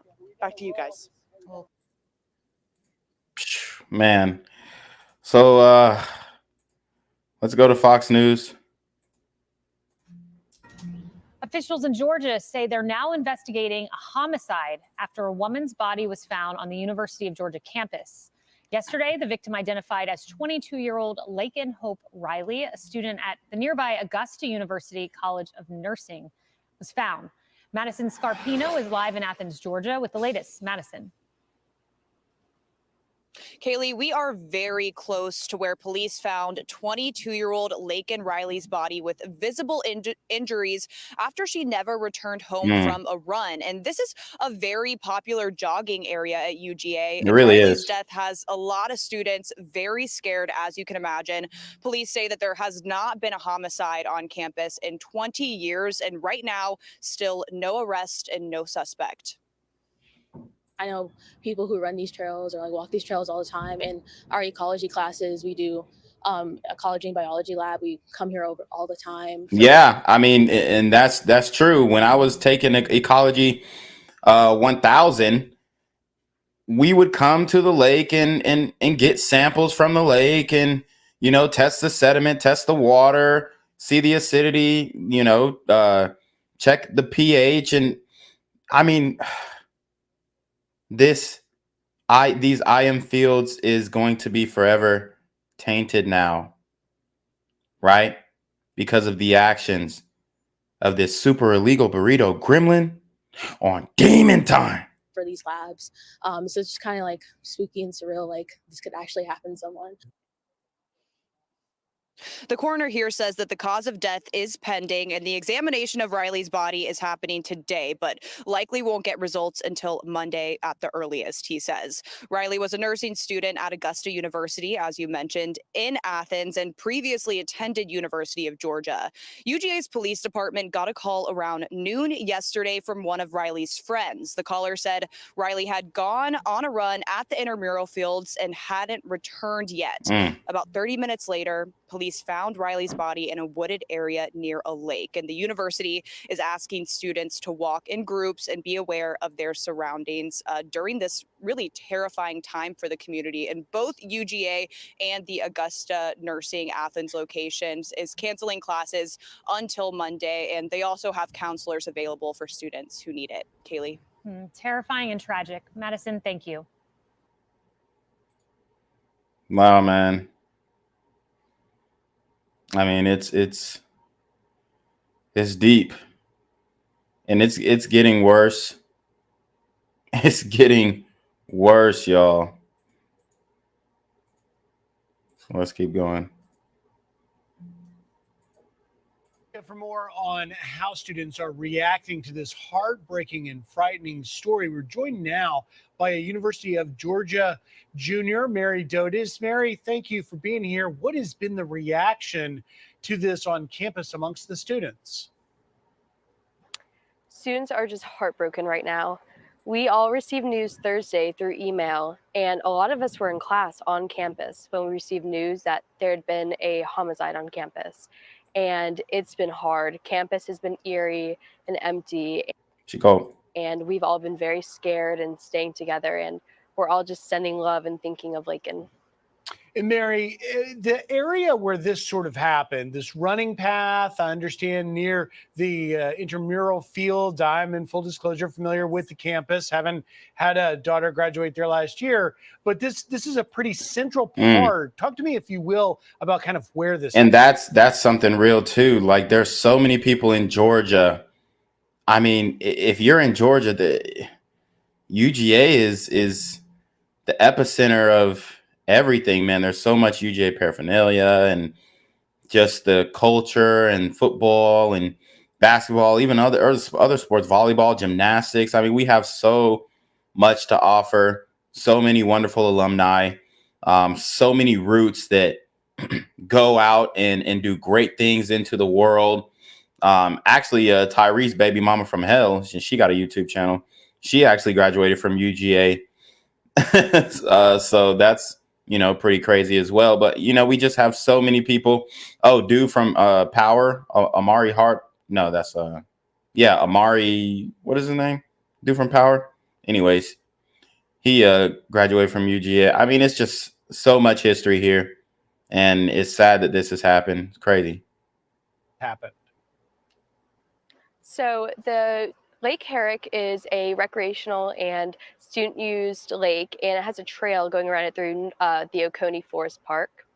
And a lot of people walk and hike and run through. Yeah. Okay. Yeah. Amari Harwick. Yeah. He went to UGA too. So, I mean, my point is, it's just a lot of people that potentially are affected by this murder, and it's so unexpected. But at this point, it's like, okay, these illegal aliens are everywhere.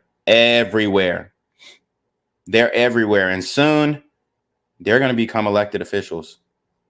Mark my words. Trail a lot.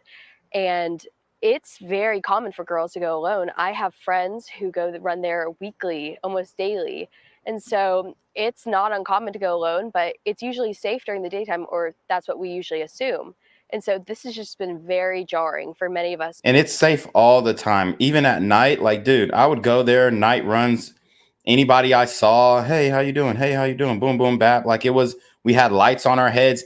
This is a running town. This is a biking town. This is, you never feel unsafe in Athens. I'm telling you right now, you never feel unsafe. Who exercise alone, and just especially female students, like a lot of us feel safe during the daytime. So this is a notion that's just been completely thrown out the window for us. Well, it has, in Athens being kind of a secure college fun town. I think really the question to put you on the spot personally, what your mother and father and an older brother are thinking is, do you feel safe? And do your fellow female students feel safe in the wake of this? I'm going to be honest and say not really. I mean, my friends, they've been sleeping over. They're all going together places. We went to the store together.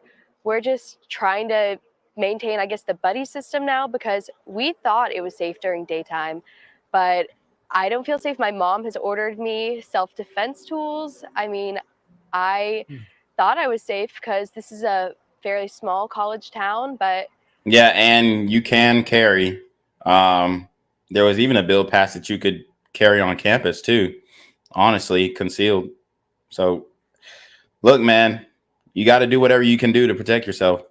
That's just been completely changed for us. And so now we're just very concerned for each other's well-beings and focusing on staying together at all times now. Well, I sure hope that they will increase some security measures. I had seen where some students calling for petitioning for more security measures. Just in the moment I've got left with you, I do want to ask you, you've heard so much about the reporting the last 24 hours that this was an individual that illegally came to the U.S.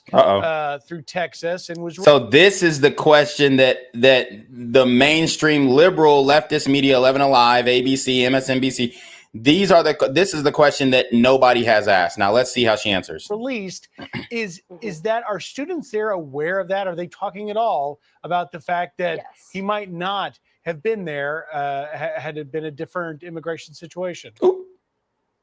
Yes, and we're very, very upset that this could have been easily preventable, not only on campus with safety measures, but nationally. This could have been preventable. And wow. And that, I mean, good on her for saying that, man. Shout out to this glider queen right here. This is what we need more of. We need people talking about this because this is a travesty. It is preventable, right?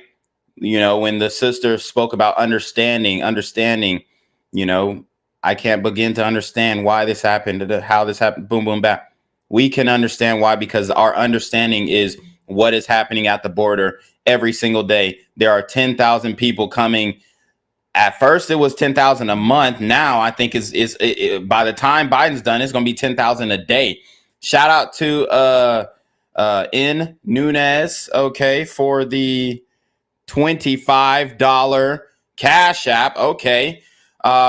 I appreciate that $25 Cash App. Guys, hit the PayPal, hit the Super Trap, hit the Cash App, donate to the channel, share this video, share it with people who you know that went to UGA or have a connection to UGA. Guys, this is extremely important to get out of there. I appreciate the Cash App, though, in Nunez. Hold on.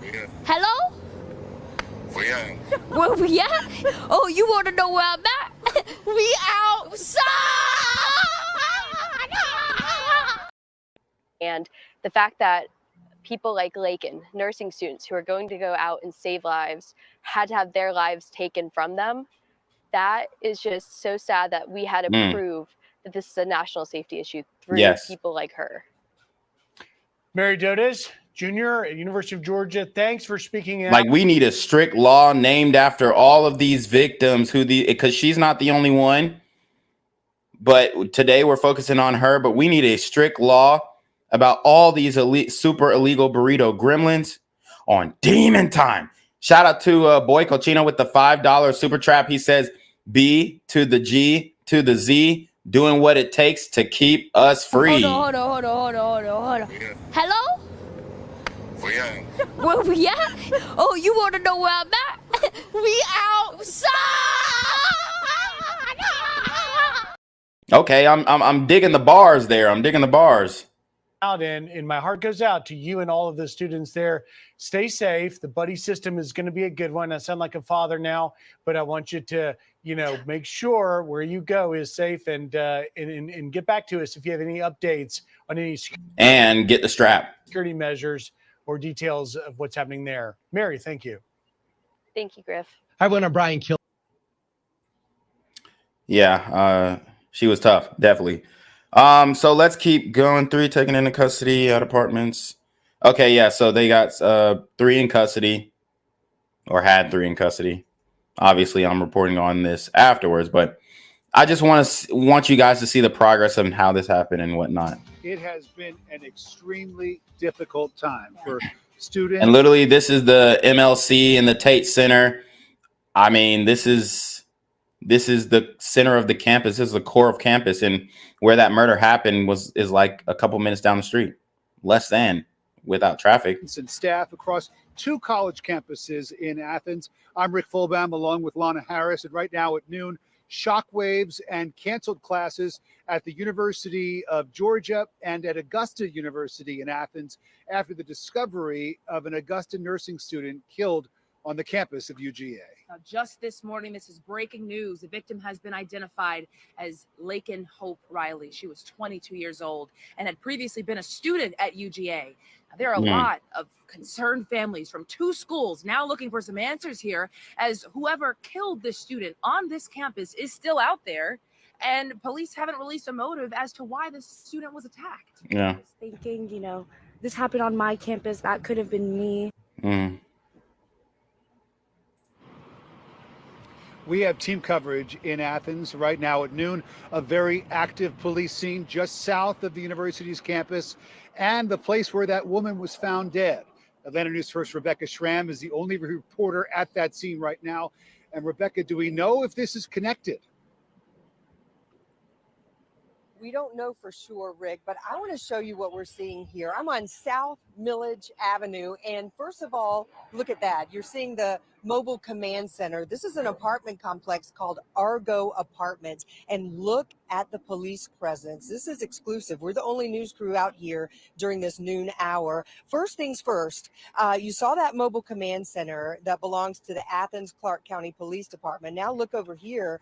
Officers are here from several jurisdictions: Athens, Clarke County, the University of Georgia Police Department, the GBI. Now, I want to make it clear here at noon, we do not have confirmation that this is related to the murder of Laken Riley. But here's what you need to know. Right behind this apartment complex is the forested area with the walking trails near Lake Herrick where her body was found. Now, about 40 minutes ago, we saw police take a man into custody. They had him handcuffed and they put him in the back of a patrol car. And within the last few minutes, 2 other men were taken into custody as well. So that's 3 people under arrest for what could possibly be related to the murder.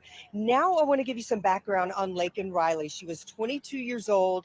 She was a nursing student at Augusta University. She is from Cherokee County, from the Woodstock area. She came to Athens as a University of Georgia student where she was in the Alpha Chi Omega sorority, we have confirmed, before transferring to the Athens campus of Augusta University for nursing school. A friend called police yesterday, according to officers, and they reported that she hadn't come back from a jog near the intramural fields, which we know are right next to that lake, and to the walking trails where her body was found. You're seeing video there from a memorial service, sort of a vigil that they held last night. And back here live, just to show you again, this is an enormous scene. A few officers have already left now that 3 people have been taken into custody. And again, authorities are not confirming that this is related to the murder, but all the agencies involved in the murder investigation are here. And we also spotted the University of Georgia police chief here. So we're going to continue to ask questions about what has happened here at the Argo Apartments. And as soon as we learn more information, you'll be the first to know. Live in Athens, Rebecca Stram, Atlanta News First. Yeah, so I mean, it's not just happening.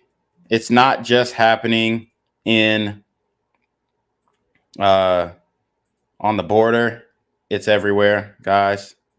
This issue has leaked out into every city, major city, and any major city within a 60-mile radius. A significant percentage of people selling drugs in San Francisco, perhaps as many as half, are here from Honduras. So you heard that. That's one thing. And then got another thing for you to just show you how real this issue is. And people on the ground are doing great reporting on this. They're busting them in.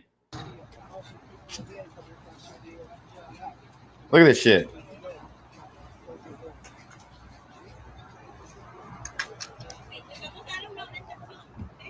And thank God for the people who are pulling up and filming this stuff, because that's the only way we're going to be able to ID these people when they do something horrible.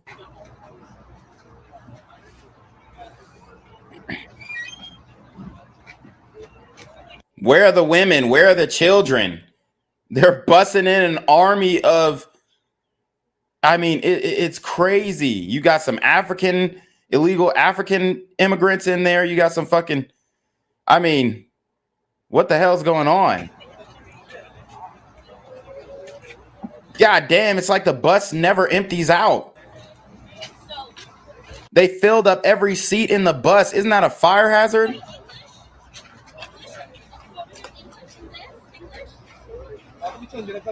Oh my God.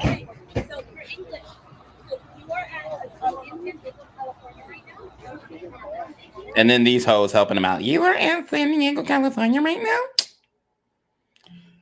Can't stand these hoes, bro. It's crazy.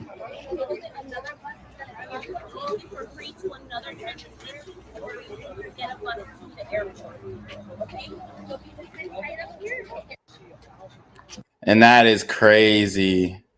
That's crazy, y'all. You see this shit.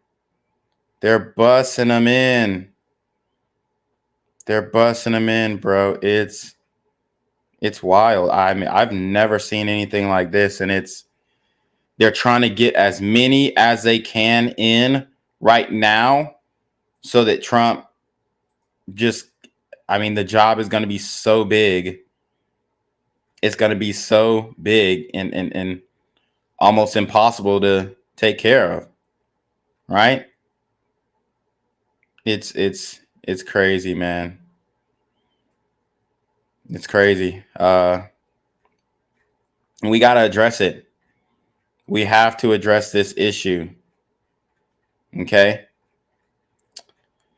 So let's see. Let's keep going. We got to talk about the brother of this super illegal burrito gremlin. Let's talk about him for a second. Because he just got nabbed. Because he's not doing the right thing either. Shout out to Performa20 with the 1999 Super Trap. Don't have time to watch the stream today. It's my wedding day. Oh, congratulations. But I'm going to just show some love real quick. Stay focused and keep the message alive, brother. Hold on. Hello? Where we at? Oh, you want to know where I'm at? We outside!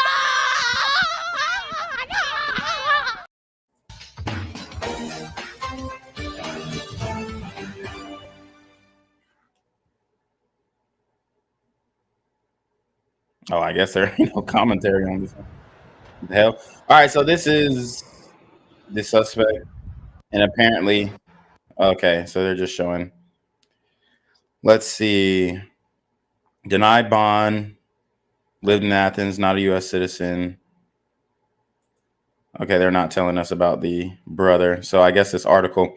All right, the brother. Here we go. I'm telling you guys, they're all tagged. The brother of the man accused of killing a nursing student in Athens has been charged with possessing a fake green card. So this is the grift. They're getting in with these fake green cards, and the Department of Justice or Border Patrol, Border Security, whoever these agents are, they're just letting them in with and committing fraud, because that's fraud. Diego Ibarra, 29, was charged after being arrested Friday, according to the DOJ. Ibarra is the older brother of Jose Antonio Ibarra, the 26-year-old accused of killing Laken Hope Riley. Diego Ibarra was arrested after a police officer approached him because he matched the description of a suspect in the homicide investigation, according to the DOJ. Ibarra then presented a fake green card. The DOJ said Ibarra claimed a credible fear to return to Venezuela after being arrested. He is currently in state custody awaiting an asylum hearing. Bro, you think this fucker is scared to go back to Venezuela? He's not even looking at the camera. Looks like he's coked out. Yeah, he's scared because, I mean, it ain't nothing sweeter than this country, right? He claimed a credible fear of returning to Venezuela. Now, who do you think told him to claim a credible fear to return to Venezuela? Right? He probably pissed off some gang, ran off on the plug, something. Send his ass back. His fate is sealed. Okay? His fate is sealed because he probably would have done the same thing his brother did. Currently in custody awaiting an asylum hearing. Dude, a fucking asylum hearing. Send his ass back.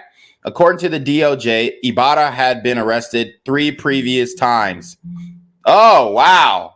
He was first arrested for driving under the influence of alcohol and driving without a license in September, which could have killed somebody. Theft by shoplifting in October. Wow. So he was robbing our country and our small business owners, and failure to appear for a fingerprintable offense in December. Guys, these super illegal burrito gremlins are on demon time. These people do not deserve to be here. They come here, they're committing crimes. They're ruining the safety of our country. They are destroying the fabric of what this country stands for, which is law and order, by the way. Okay. Jose Antonio Ibarra has been charged with malice murder, felony murder, aggravated assault, aggravated battery, false imprisonment, kidnapping, hindering a 911 call, and concealing the death of another in connection with Riley's death. Okay. So this blood, guess what? It's on Joe Biden's hands. Because the reality is these people that they're letting into the country are savages. Just go to USA Crime and look at the murders that these people are committing in things that you couldn't speak of, things that you couldn't ever imagine. I'm talking about like cutting bitches' titties off, all types of crazy shit. A suspect is in custody after a woman was found dead on University of Georgia's campus. Police saying the suspect is not a U.S. citizen. We don't know legal or illegal, but not a U.S. citizen. Madison Scarpino has the latest at this moment. Madison, you... Oh, yeah, we know he's illegal. For one, he's illegal because he crossed the border illegally. For two, he's illegal because he's committed crimes in this country after crossing the border illegally. We're at the press conference. Yeah, that's right. It really was just one shocking thing after another here in Athens, Georgia, near the UGA campus. As you mentioned, police confirm that the suspect is not a U.S. citizen. We're unsure of his actual status here in the U.S. His name is Jose Antonio Ibarra. He is 26 years old. And again, just a really heartbreaking day here in Athens. Listen to this. We have a suspect in custody for Laken's murder. We are obtaining arrest warrants for Jose Antonio Ibarra, 26 years of age. He lives here in Athens, but is not a U.S. citizen. Of course not. Now, Ibarra is facing a lot of charges right now, just to list them out: malice murder, felony murder, aggravated battery, aggravated assault, false imprisonment, kidnapping, hindering a 911 call, and concealing the death of another. Police say that he will be transported to the Clark County Jail. There is a search warrant on his apartment, and they continue to credit the evidence and teamwork that led to this arrest. I do want to note that police say that they don't believe that there was any motive in this killing. There was no relationship that Ibarra had with Laken Riley. They say that it was a crime of opportunity. Again, the evidence is robust, police say. Extremely preventable. Extremely preventable. The Biden administration allowed this to happen. The blood is on Joe Biden's hands. It really is. It's direct cause and effect. The blood is on his hands. Straight up, it's direct cause and effect. In this situation, they say that also key input from the community helped in this arrest, along with physical evidence and expert police work. They also mentioned some video footage from campus that was really vital in all of these charges. But again, just a really horrible day in this community. Yeah, see, and if I was over there at the IM fields working out at that time, I would have teed his ass off. I would have beat the crap out of that guy. I mean, what a horrible thing, man. It's crazy. Everyone is shocked that you speak to. Another thing that I want to note that we learned from this press conference is that police say that Riley was killed from blunt force trauma, a solo act. And they did mention that 3 or 4 people were taken into custody, but they only arrested Ibarra. And back out here live, we know that classes are canceled until Monday, both at the nursing school that Riley went to and UGA. There's going to be celebrations of life planned later. So we'll be on the ground here for days and continue to bring you any more information that we learn. Wow. So let's listen up to the police as they give us a briefing of what exactly happened. And then we will get into his bond hearing, and then we'll close it up here. And I'm going to speed it up so that we can get through it quicker. Good evening, and thank you all for coming. And now, Jeff Clark, the University of Georgia's Chief of Police. Good evening. I'm Jeff Clark, the Chief of Police for the University of Georgia Police Department. Thank you for joining us here today. I'm joined by Chris Posey, the Director of the GBI, Jerry Salters, Chief of Police, Athens Clark County Police Department, and Clark County Sheriff John Williams. As I start, I want to again express my most sincerest condolences to the family of Laken Riley and her community of friends, both here at UGA and Augusta University. This is heartbreaking. This is a heartbreaking time for the university. I could not disclose Laken's name last night during the news conference. as last night the family had not been notified. But I'm here to share that we have a suspect in custody for Laken's murder. We are obtaining arrest warrants for Jose Antonio Ibarra, 26 years of age. He lives here in Athens, but is not a U.S. citizen. He has been charged with the following: malice murder, felony murder, aggravated battery, aggravated assault, false imprisonment, kidnapping, hindering a 911 call, and concealing the death of another. He will be transported to the Clark County Jail. Shout out to Keith with the $9.99 super chat. Hold on. Hello? Where we at? Oh, you want to know where I'm at? We outside! Well, actually, that's a super sticker. We have also served a search warrant on his apartment and continue to collect evidence. There are no indications of a continuing threat to the community related to this case at this time. I want to thank the men and women of the University of Georgia Police Department and all of our partners. This arrest was facilitated by the excellent work of both patrol officers and detectives from the University of Georgia Police Department and the Athens Clark County Police Department, as well as Georgia Bureau of Investigation, with the assistance of federal agencies as well. In every way, it was genuinely a team effort. I know everyone will understand why I cannot go into detail on this case at this point, but I am willing to share some general information. The evidence is robust. It is supported by key input from the community, physical evidence, and expert police work. Importantly, we were assisted by video footage from our campus security cameras networks, which proven vital in many cases. Our work, however, is not done. We are continuing to collect evidence and urge members of the community who may have pertinent information to call UGA Police Department at 706-542-2200. At this time, I want to recognize Deputy Director Posey, Chief Salters, and Sheriff Williams, and ask if they would make a comment. Good evening. As the Chief mentioned, I'm Chris Hosey, Director for the Georgia Bureau of Investigation. And first off, let me echo the Chief's comments to the family of Laken Riley. Our thoughts and prayers will continue to be with her family, friends, and this community for many, many days to come in this tragic event, very tragic event. The point that has got us here today, as the Chief talked about, is partnerships with the GBI, the UGA Police Department, Athens, Clark County, other local agencies assisting, as well as additional state resources that you see gathered here with us today. We're here where we are tonight because of that partnership and the hard work and the tireless work. We are learning new details that have been this involved in this investigation. Here in and Athens. we're grateful for that. We're grateful for these partnerships. We're grateful for the hard work. That's what they do on a daily basis. And we're here tonight because of that work and those partnerships. So thank you. Jerry Salters, Chief of Police for Athens Clark County Police Department. First, I'd like to express my sincere condolences to the family of Laken and all of her friends and loved ones. I appreciate all the hard work from all the law enforcement officers and public safety personnel that has worked tirelessly over the last 30 hours in making arrests in this heinous crime. I'm especially proud of the men and women of the Athens Clark County Police Department for their commitment and partnership with the university and their work in solving this case. The Athens Clark County Police Department has a long-standing partnership with the University of Georgia Police Department, and we will continue to support and assist them as we work to bring justice for Lakeland and her family. Thank you.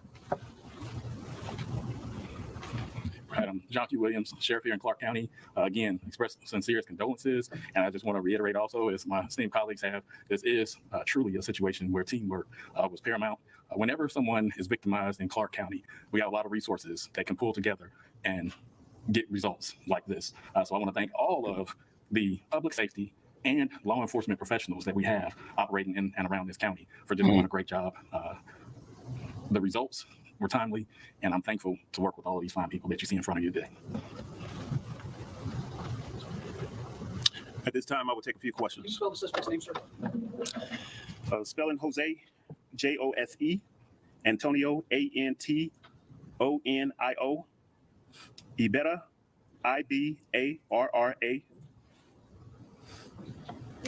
All right. Shout out to Dub with the $20 super trap. He says, "Thank you, BGZM, for the years of speaking truth. Sad that most Dems have deaf ears to the truth. 007, aka salute." Hold on. Hello? Where we at? Oh, you want to know where I'm at? We outside! Yeah, I definitely appreciate that. We you know, we're working on getting this message out there and getting this channel more growth and, you know, really trying to get that organic growth. But obviously we do have the social media oligarchs who got their foot on my neck and, you know, are suppressing free speech. So that's something that we have to fight against. That's why you guys have to share my videos to your personal friends, to your social media profiles, you know, take snippets, take clips, do whatever you got to do. But, you know, we've got to figure a way to get this message out there and really get the truth out there. You mentioned he is not a U.S. citizen. What is his status in the country right now? Right now, I don't know his full status, but he is not a resident. He has an apartment here in Athens, but as far as an undocumented, I'm not sure, and that hasn't been confirmed. And now we know that it has been. All right, so let's get into the bond hearing. And we do have a brother judge who is going to deny that bond. So shout out to Donarell Green. He's actually a Clark Central graduate as well. So he went to the high school that I graduated from. So shout out to his brother. Good morning, everyone. I'm Judge Donarell Green. I'll be presiding over the first appearance hearing for Mr. Jose Antonio Ibarra.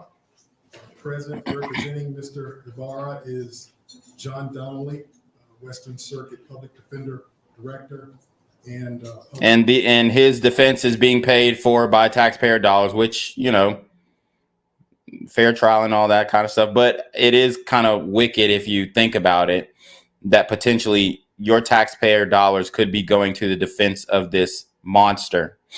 Now, obviously, he's going to suggest he take a guilty plea, and then, you know, do the time, whatever. But it's just, man, it's difficult to stomach. Public Defender Aaron Wallace. Providing translation is an employee of the Public Defender's Office, Brittany Lopez, and Jose Antonio Ibarra is also present in the courtroom. And I do see we have some dissenters in the chat. How about this? I'll drop the StreamYard link if you want to drop this. If you want to join the stream and disagree with what I'm saying, I don't want people who agree. I want people who disagree. If you disagree with what I'm saying, then get in the chat and get on StreamYards. You don't have to show your face, but you can call in and tell me where I'm wrong at. So we do have some dissenters in the chat. So I'm giving you that opportunity. We got about 30 minutes left on the stream, potentially. So I'll have the chat with you, but you're not going to win. The court has considered the request of the media coverage, and that request was obviously granted with some limitations. And so now we are appropriately in a position to proceed with first appearance. Again, that is, if you disagree, the StreamYard link is in the chat. StreamYard link is in the chat. You can join the stream. We can duke it out verbally and debate our viewpoints, debate our points, and we'll see who's right. We'll let the chat decide. We'll let the viewers decide after the live stream. But I think I got the upper hand on this one, honestly. There's no way you can justify this.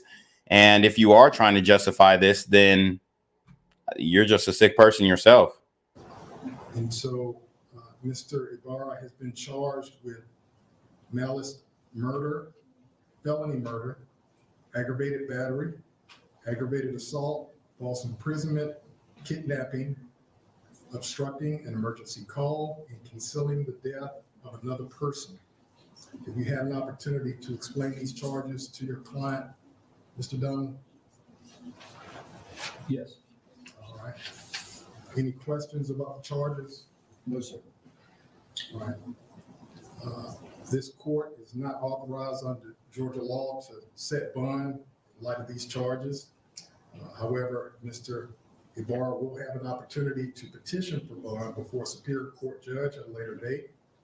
I don't have a preset date to give at this time, but of course his attorneys are capable and aware of the processes related to that. This matter will be, like I said, one more opportunity for any disagreeers, any people who disagree with what we are talking about here in the subject matter. You have the opportunity to join the stream. I hate when people get in the chat and start talking all this yit and yat, and then when it comes to defending their points, they don't want to speak on it. So, bravery is shown in these moments. A real coward stays in the chat and complains. But if you want to come up and debate, then let's go. Sent to Superior Court for the proceedings. Any questions? No questions, Your Honor. So bond will be denied for today. Bye-bye. All right, now time to deport. Well, not deport him. Time to sentence him. And then, I don't know, maybe we could deport him when he's like 99 years old. Just leave him out in the desert. That'd be pretty neat. But yeah, Keith Turner, we see you in the chat.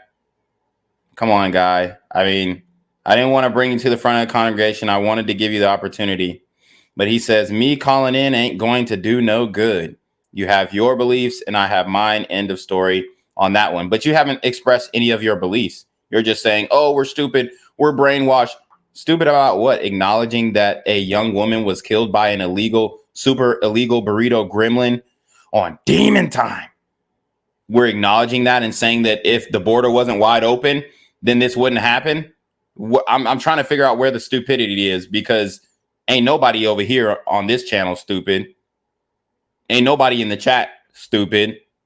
So, I mean, what's good, bro? You want to join the stream, or are you just going to keep chatting in the chat? I mean, it doesn't make no sense. I'm giving you the opportunity and we can have the conversation. But like I said, it doesn't make sense to just go in the chat and be a chat warrior. But then when you have the opportunity to debate your points, if you really believe that you were right and that you were on the right side of things, and if you were doing the right thing, if you really believe that, then you would defend your points, right? I do encourage Mr. Ibarra to stay in contact with his attorney, with his attorneys at the Public Defender's Office. I'm sure they have advised him of his rights and will continue to do so. And if there's nothing further. And Your Honor, just as to that matter, part of the reason we are here today is not only to assert the Sixth Amendment right to counsel and, officially enter our appearance, which we will reduce to writing at the first opportunity the Monday business opens, but also go ahead and assert his Fourth Amendment rights and the corresponding provisions under the Georgia Constitution. Any waiver that may have previously been given is hereby rescinded, and we will certainly also reduce that to writing as far as searches of any persons, places, records, medical records, things of that nature. And we're also asserting his rights under the Fifth Amendment to remain silent under the U.S. Constitution and corresponding. I mean, and I know she's doing her job, but look at this sister with the disappointed face that she is essentially. I know she's doing her job, but she's defending a woman murderer, a person who committed a femicide, a person who beats and murders women, and this woman, public defender, is defending him. I mean, I know she's doing her job, like I said, and I'm sure she has to defend slimy people all the time, but this is the low of the low. Some would think that, hey, maybe you'd say, you know what, I have too much of a bias. Let me recuse myself.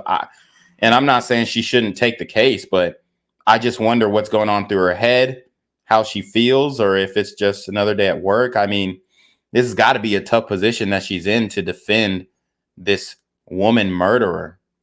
Provisions of the Georgia Constitution, and we will certainly also reduce that to writing and serve the appropriate parties on Monday, but we are revoking any prior waivers. Okay. Understood. Very good.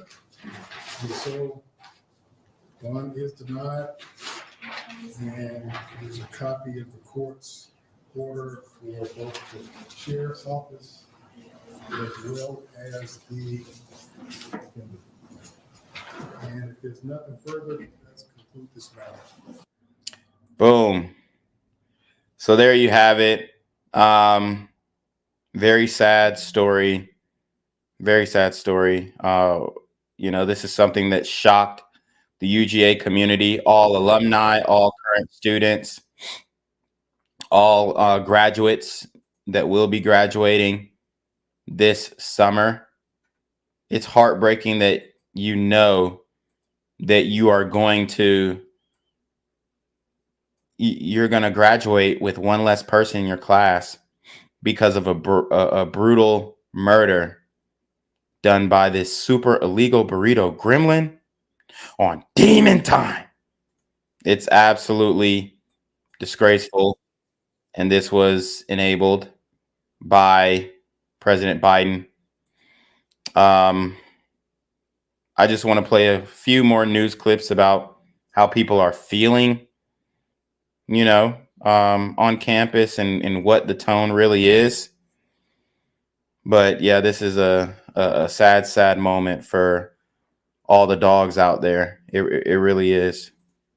I spent a lot of time today talking to students, and with classes canceled, there probably aren't as many as there usually are. As an alum, you know that all too well. But the ones that we have spoken to say that they have been deeply moved by the events of this week, with Wednesday's suicide and yesterday's. Oh yeah, she is an alum too, and yeah, we did have a suicide in a dorm room, which is wild. But yeah, that was traumatizing for students, and then you have this on top of it. It's just the dogs are going through a lot, man. We're licking our wounds right now, so keep us in your prayers. Homicide. Right, so that's 2 students that they've lost here on this campus in the same week. So you can only imagine what these students are feeling right now. And these are how dynamic our students are.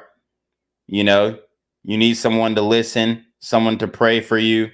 I'm here. God bless. I mean, these are how dynamic our students are on campus. This is why I say this doesn't happen often. And I mean, we're a faith-based community here, and I know the liberal universities are typically where religion goes to die, but over here I truly believe that we are a faith-based campus, and I think that most people have similar beliefs, and that's why our honor system, our honor code, and just the safety that you feel on campus is so strong.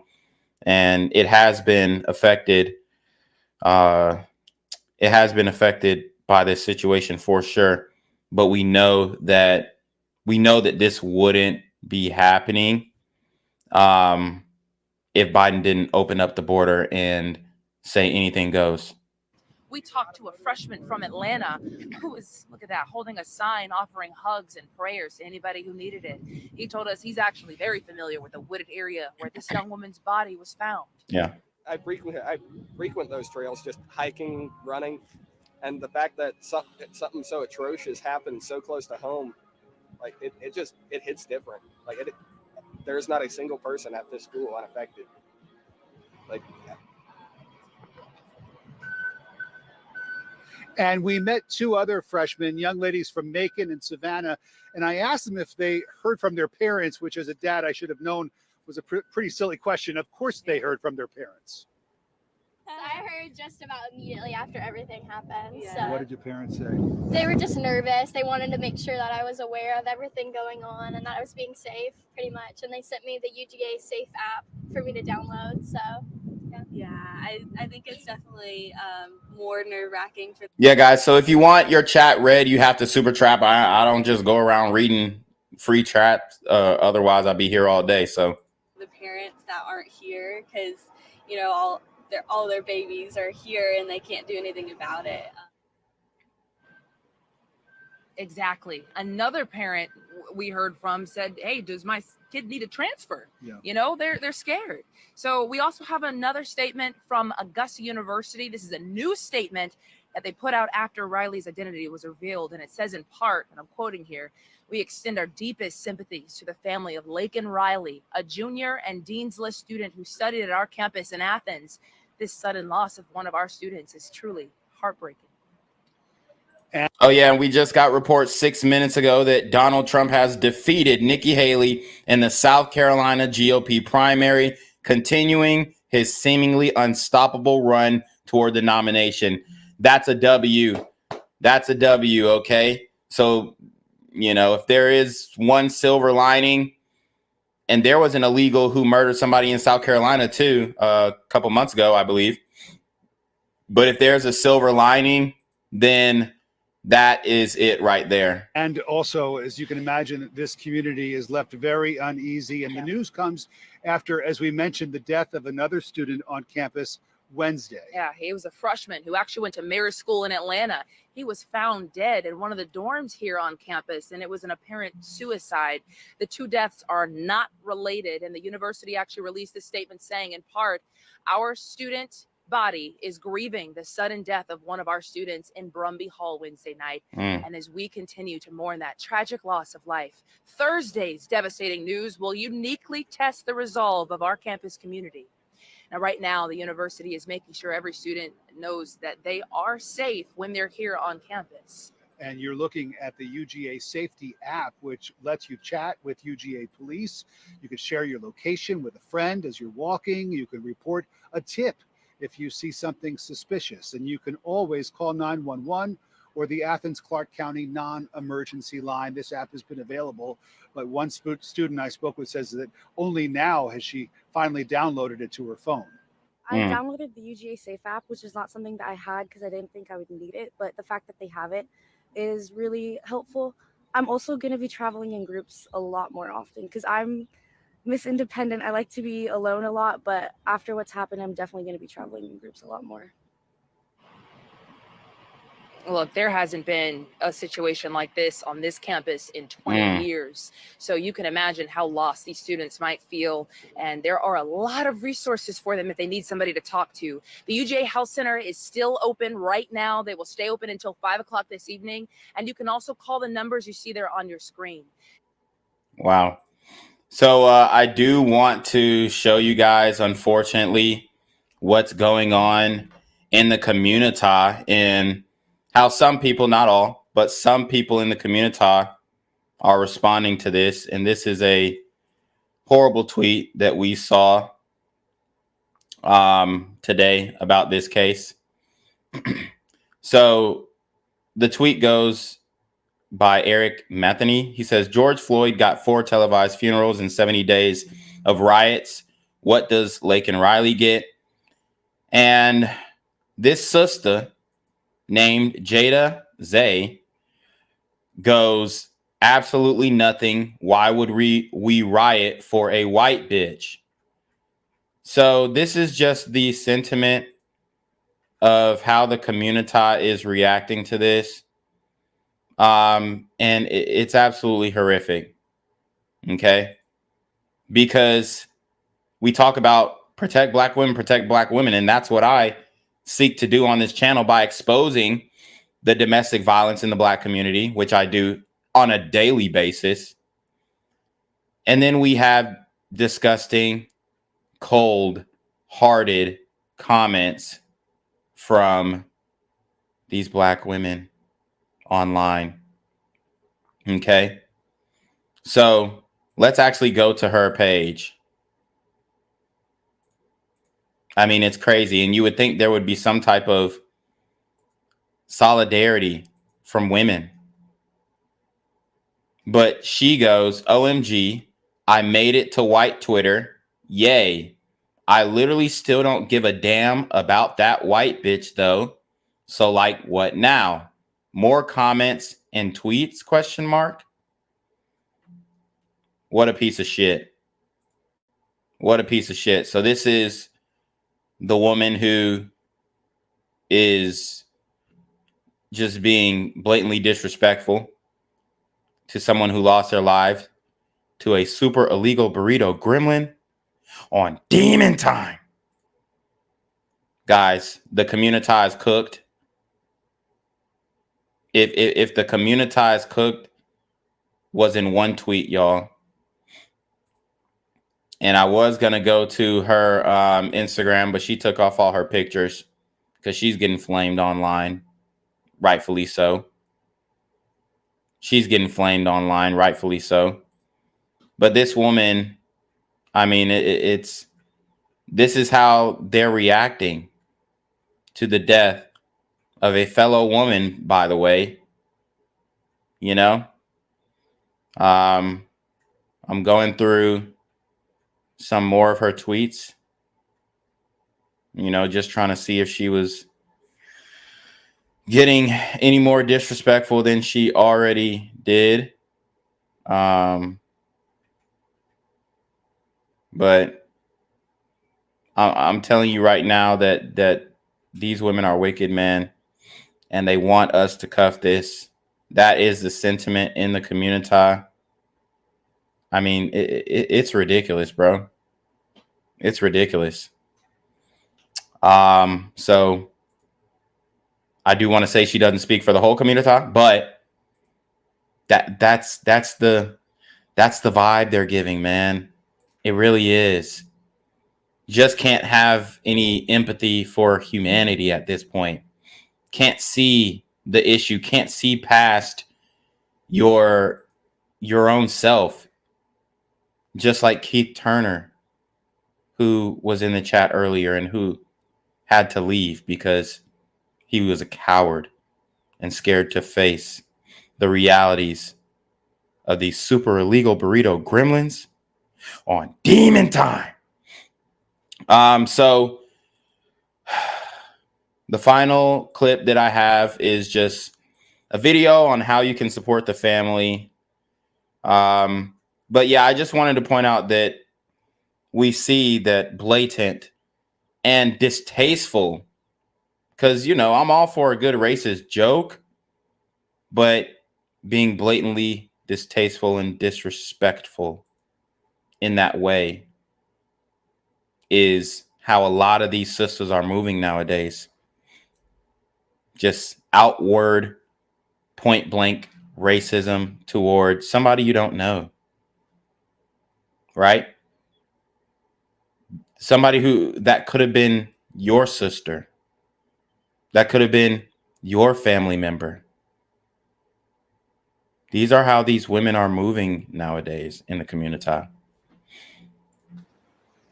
And we know that the campus is hurting right now, and you certainly don't have to be a student or a staff member to feel the pain as a result of this. And it can certainly impact your mental health. Reporter Sawyer Bussey spoke with a mental health expert about how to navigate a loss like this. The students at UGA and Augusta University are dealing with heartbreaking losses. Authorities in the Athens area are searching for the person who killed a 22-year-old Augusta University College of Nursing student, Laken Riley. Laken transferred from UGA at the end of her spring 2023 semester. I went to UGA, graduated with a bachelor's in social work and a master's in social work. So I'm very familiar with the area. And just can't imagine like that feeling of maybe fear on campus and just overall sadness and maybe confusion about not knowing what's going on exactly for some of the students. Loss has a way of impacting the way we think, the way we feel. Grief is an experience all its own. Navigating it can be hard. Grief affects everyone very differently. Some people shut down and don't want to talk about it. Some want to act like nothing's happened and move on with their normal lives. Some want to talk to people. Professionals say you're not alone. There are some tangible tools that can be used to maneuver traumatic times. I know some people who maybe want to isolate. Journaling could help them getting their feelings out. I've heard people writing music for times of grief, just kind of like on a more personal level. Coming together in groups and really just checking in on your friends. Students are also dealing with the death of another student who died by suicide earlier in the week. UGA is reminding their students they do have options when it comes to navigating this time, like student care and outreach and counseling services. Augusta University is offering counseling services as well. I know that the community in Athens is very strong, and that when those feelings do come up of like, I'm never going to get through this, to lean on that community. Sawyer Bussey, Atlanta News First. Very important reminders there. I also did speak with a student who said that the university did send out an email that does have a few links to other mental health resources. If your child is a student, if you're a student at the University of Georgia, you may be able to check your email to access those. We spoke with some students today, and certainly a lot of hearts are heavy. A lot who exercise or take a walk or a run near this lake where Laken's body was found. And one student we spoke with said that the area is now tainted for her, and she says she doesn't think she'll be able to go back to that part of campus for quite a while. Yeah. And that's heartbreaking. That's how the community's been impacted. And we here in Athens, us alumni, our hearts break for the family. Our hearts break for this young woman, Laken Riley. And, you know, we're going to remember her. And when we go to the polls, we're going to make sure that these super illegal burrito gremlins on Demon Time are not on the ballot box. Well, when she wasn't away in school, Laken Riley lived with her family in Woodstock. That's also where we've learned she went to high school. Fox 5's Angelique Proctor continues our live team coverage for us live from River Ridge High School. Angelique, good afternoon to you. Good afternoon to you, Eric. We have learned that Laken was a scholar athlete and she loved running. She participated in both cross country and track here at River Ridge High School. We were heartbroken because we have a daughter that could very well be in that situation. Our heart goes out to the family. I just can't even imagine. Neighbors are still in disbelief in the sanctuary subdivision in Woodstock.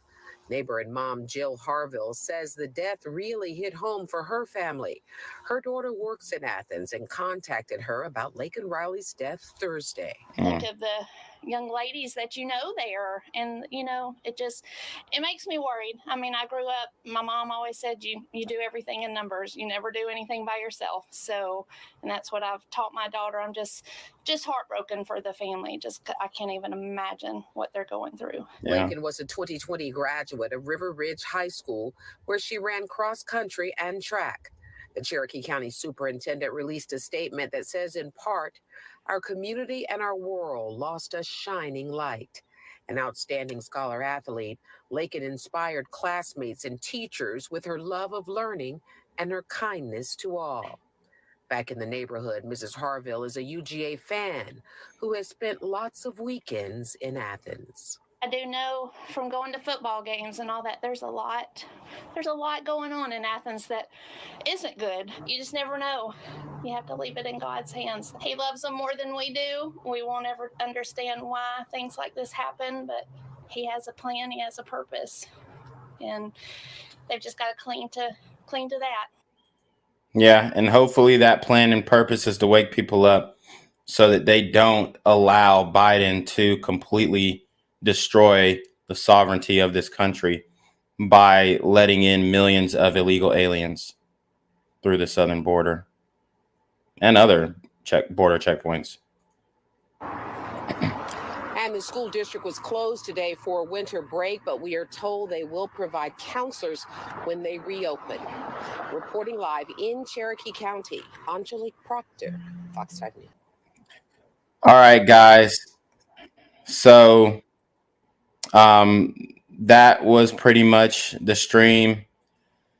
We covered every aspect of this. We exposed this super illegal burrito gremlin for who he was. And, you know, we remembered the young lady, Laken Riley, and hopefully that her family feels some type of closure, you know. Just a horrible thing to happen. And all UGA alumni, we mourn this tragic loss. So with that being said, guys, like the video, share the video, hit the super trap, hit the PayPal, hit the Cash App, donate to the channel, hit the GoFundMe, support this message, support independent media, because this is extremely important. And if you really want to show your support, make sure you comment at the end of the live stream. Just leave your thoughts really quickly at the end of the live stream. Disagreements, agreements, whatever. But leave your thoughts at the end of the live stream to, you know, show your support, and then share it with somebody that you know personally and let them know, hey, we have a super illegal burrito gremlin issue, and, you know, they're nutting up and they're really showing their true colors and why they really entered this country. So let's let this be known. Let's get this message out there. With that being said, we are going to go to Jinquavius Jackson to take us away. But appreciate you guys. You already know what it is. It is the Black Gen Z Mindset, aka BGZM News 17, aka Jinquavius Jackson. And we are going to send it off to Jinquavius Jackson to take us away. Guys, be safe. Be extra safe, you know. And if you are a law-abiding citizen who has your Second Amendment rights still, I would suggest that you start carrying ahora, and that is Spanish for now, because these super illegal burrito gremlins are on demon time.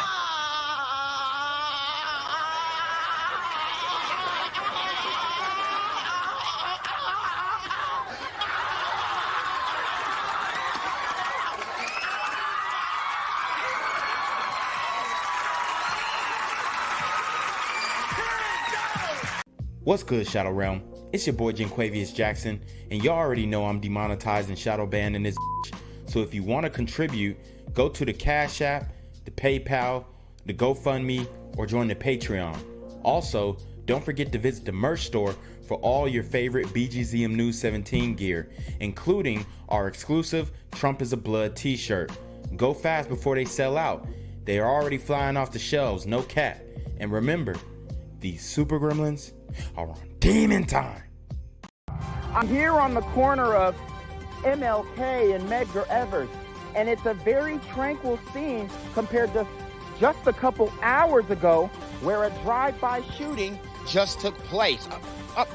Excuse me, I'm getting live updates as we speak. I've just been updated to the amount of casualties from this drive-by shooting, and I'm getting reports that 2 people were actually declared deceased and 27 others were shot and injured but are in stable condition. And although we must pray for the families of the fallen, we must also praise God for the aim of the super gremlin. If you want to know more about the victims of this crime, make sure you add BGZM News 17 on Patreon at www.patreon.com/BlackGenZMindset.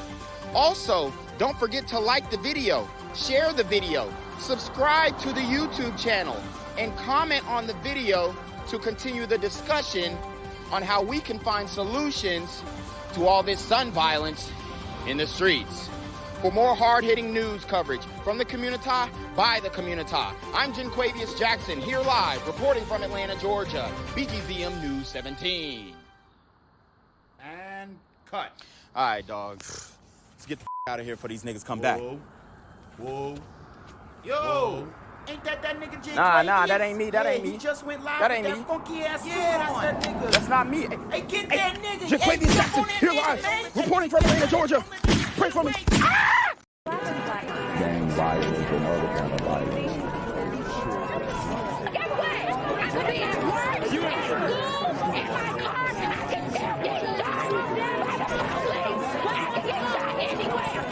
So it is what it is.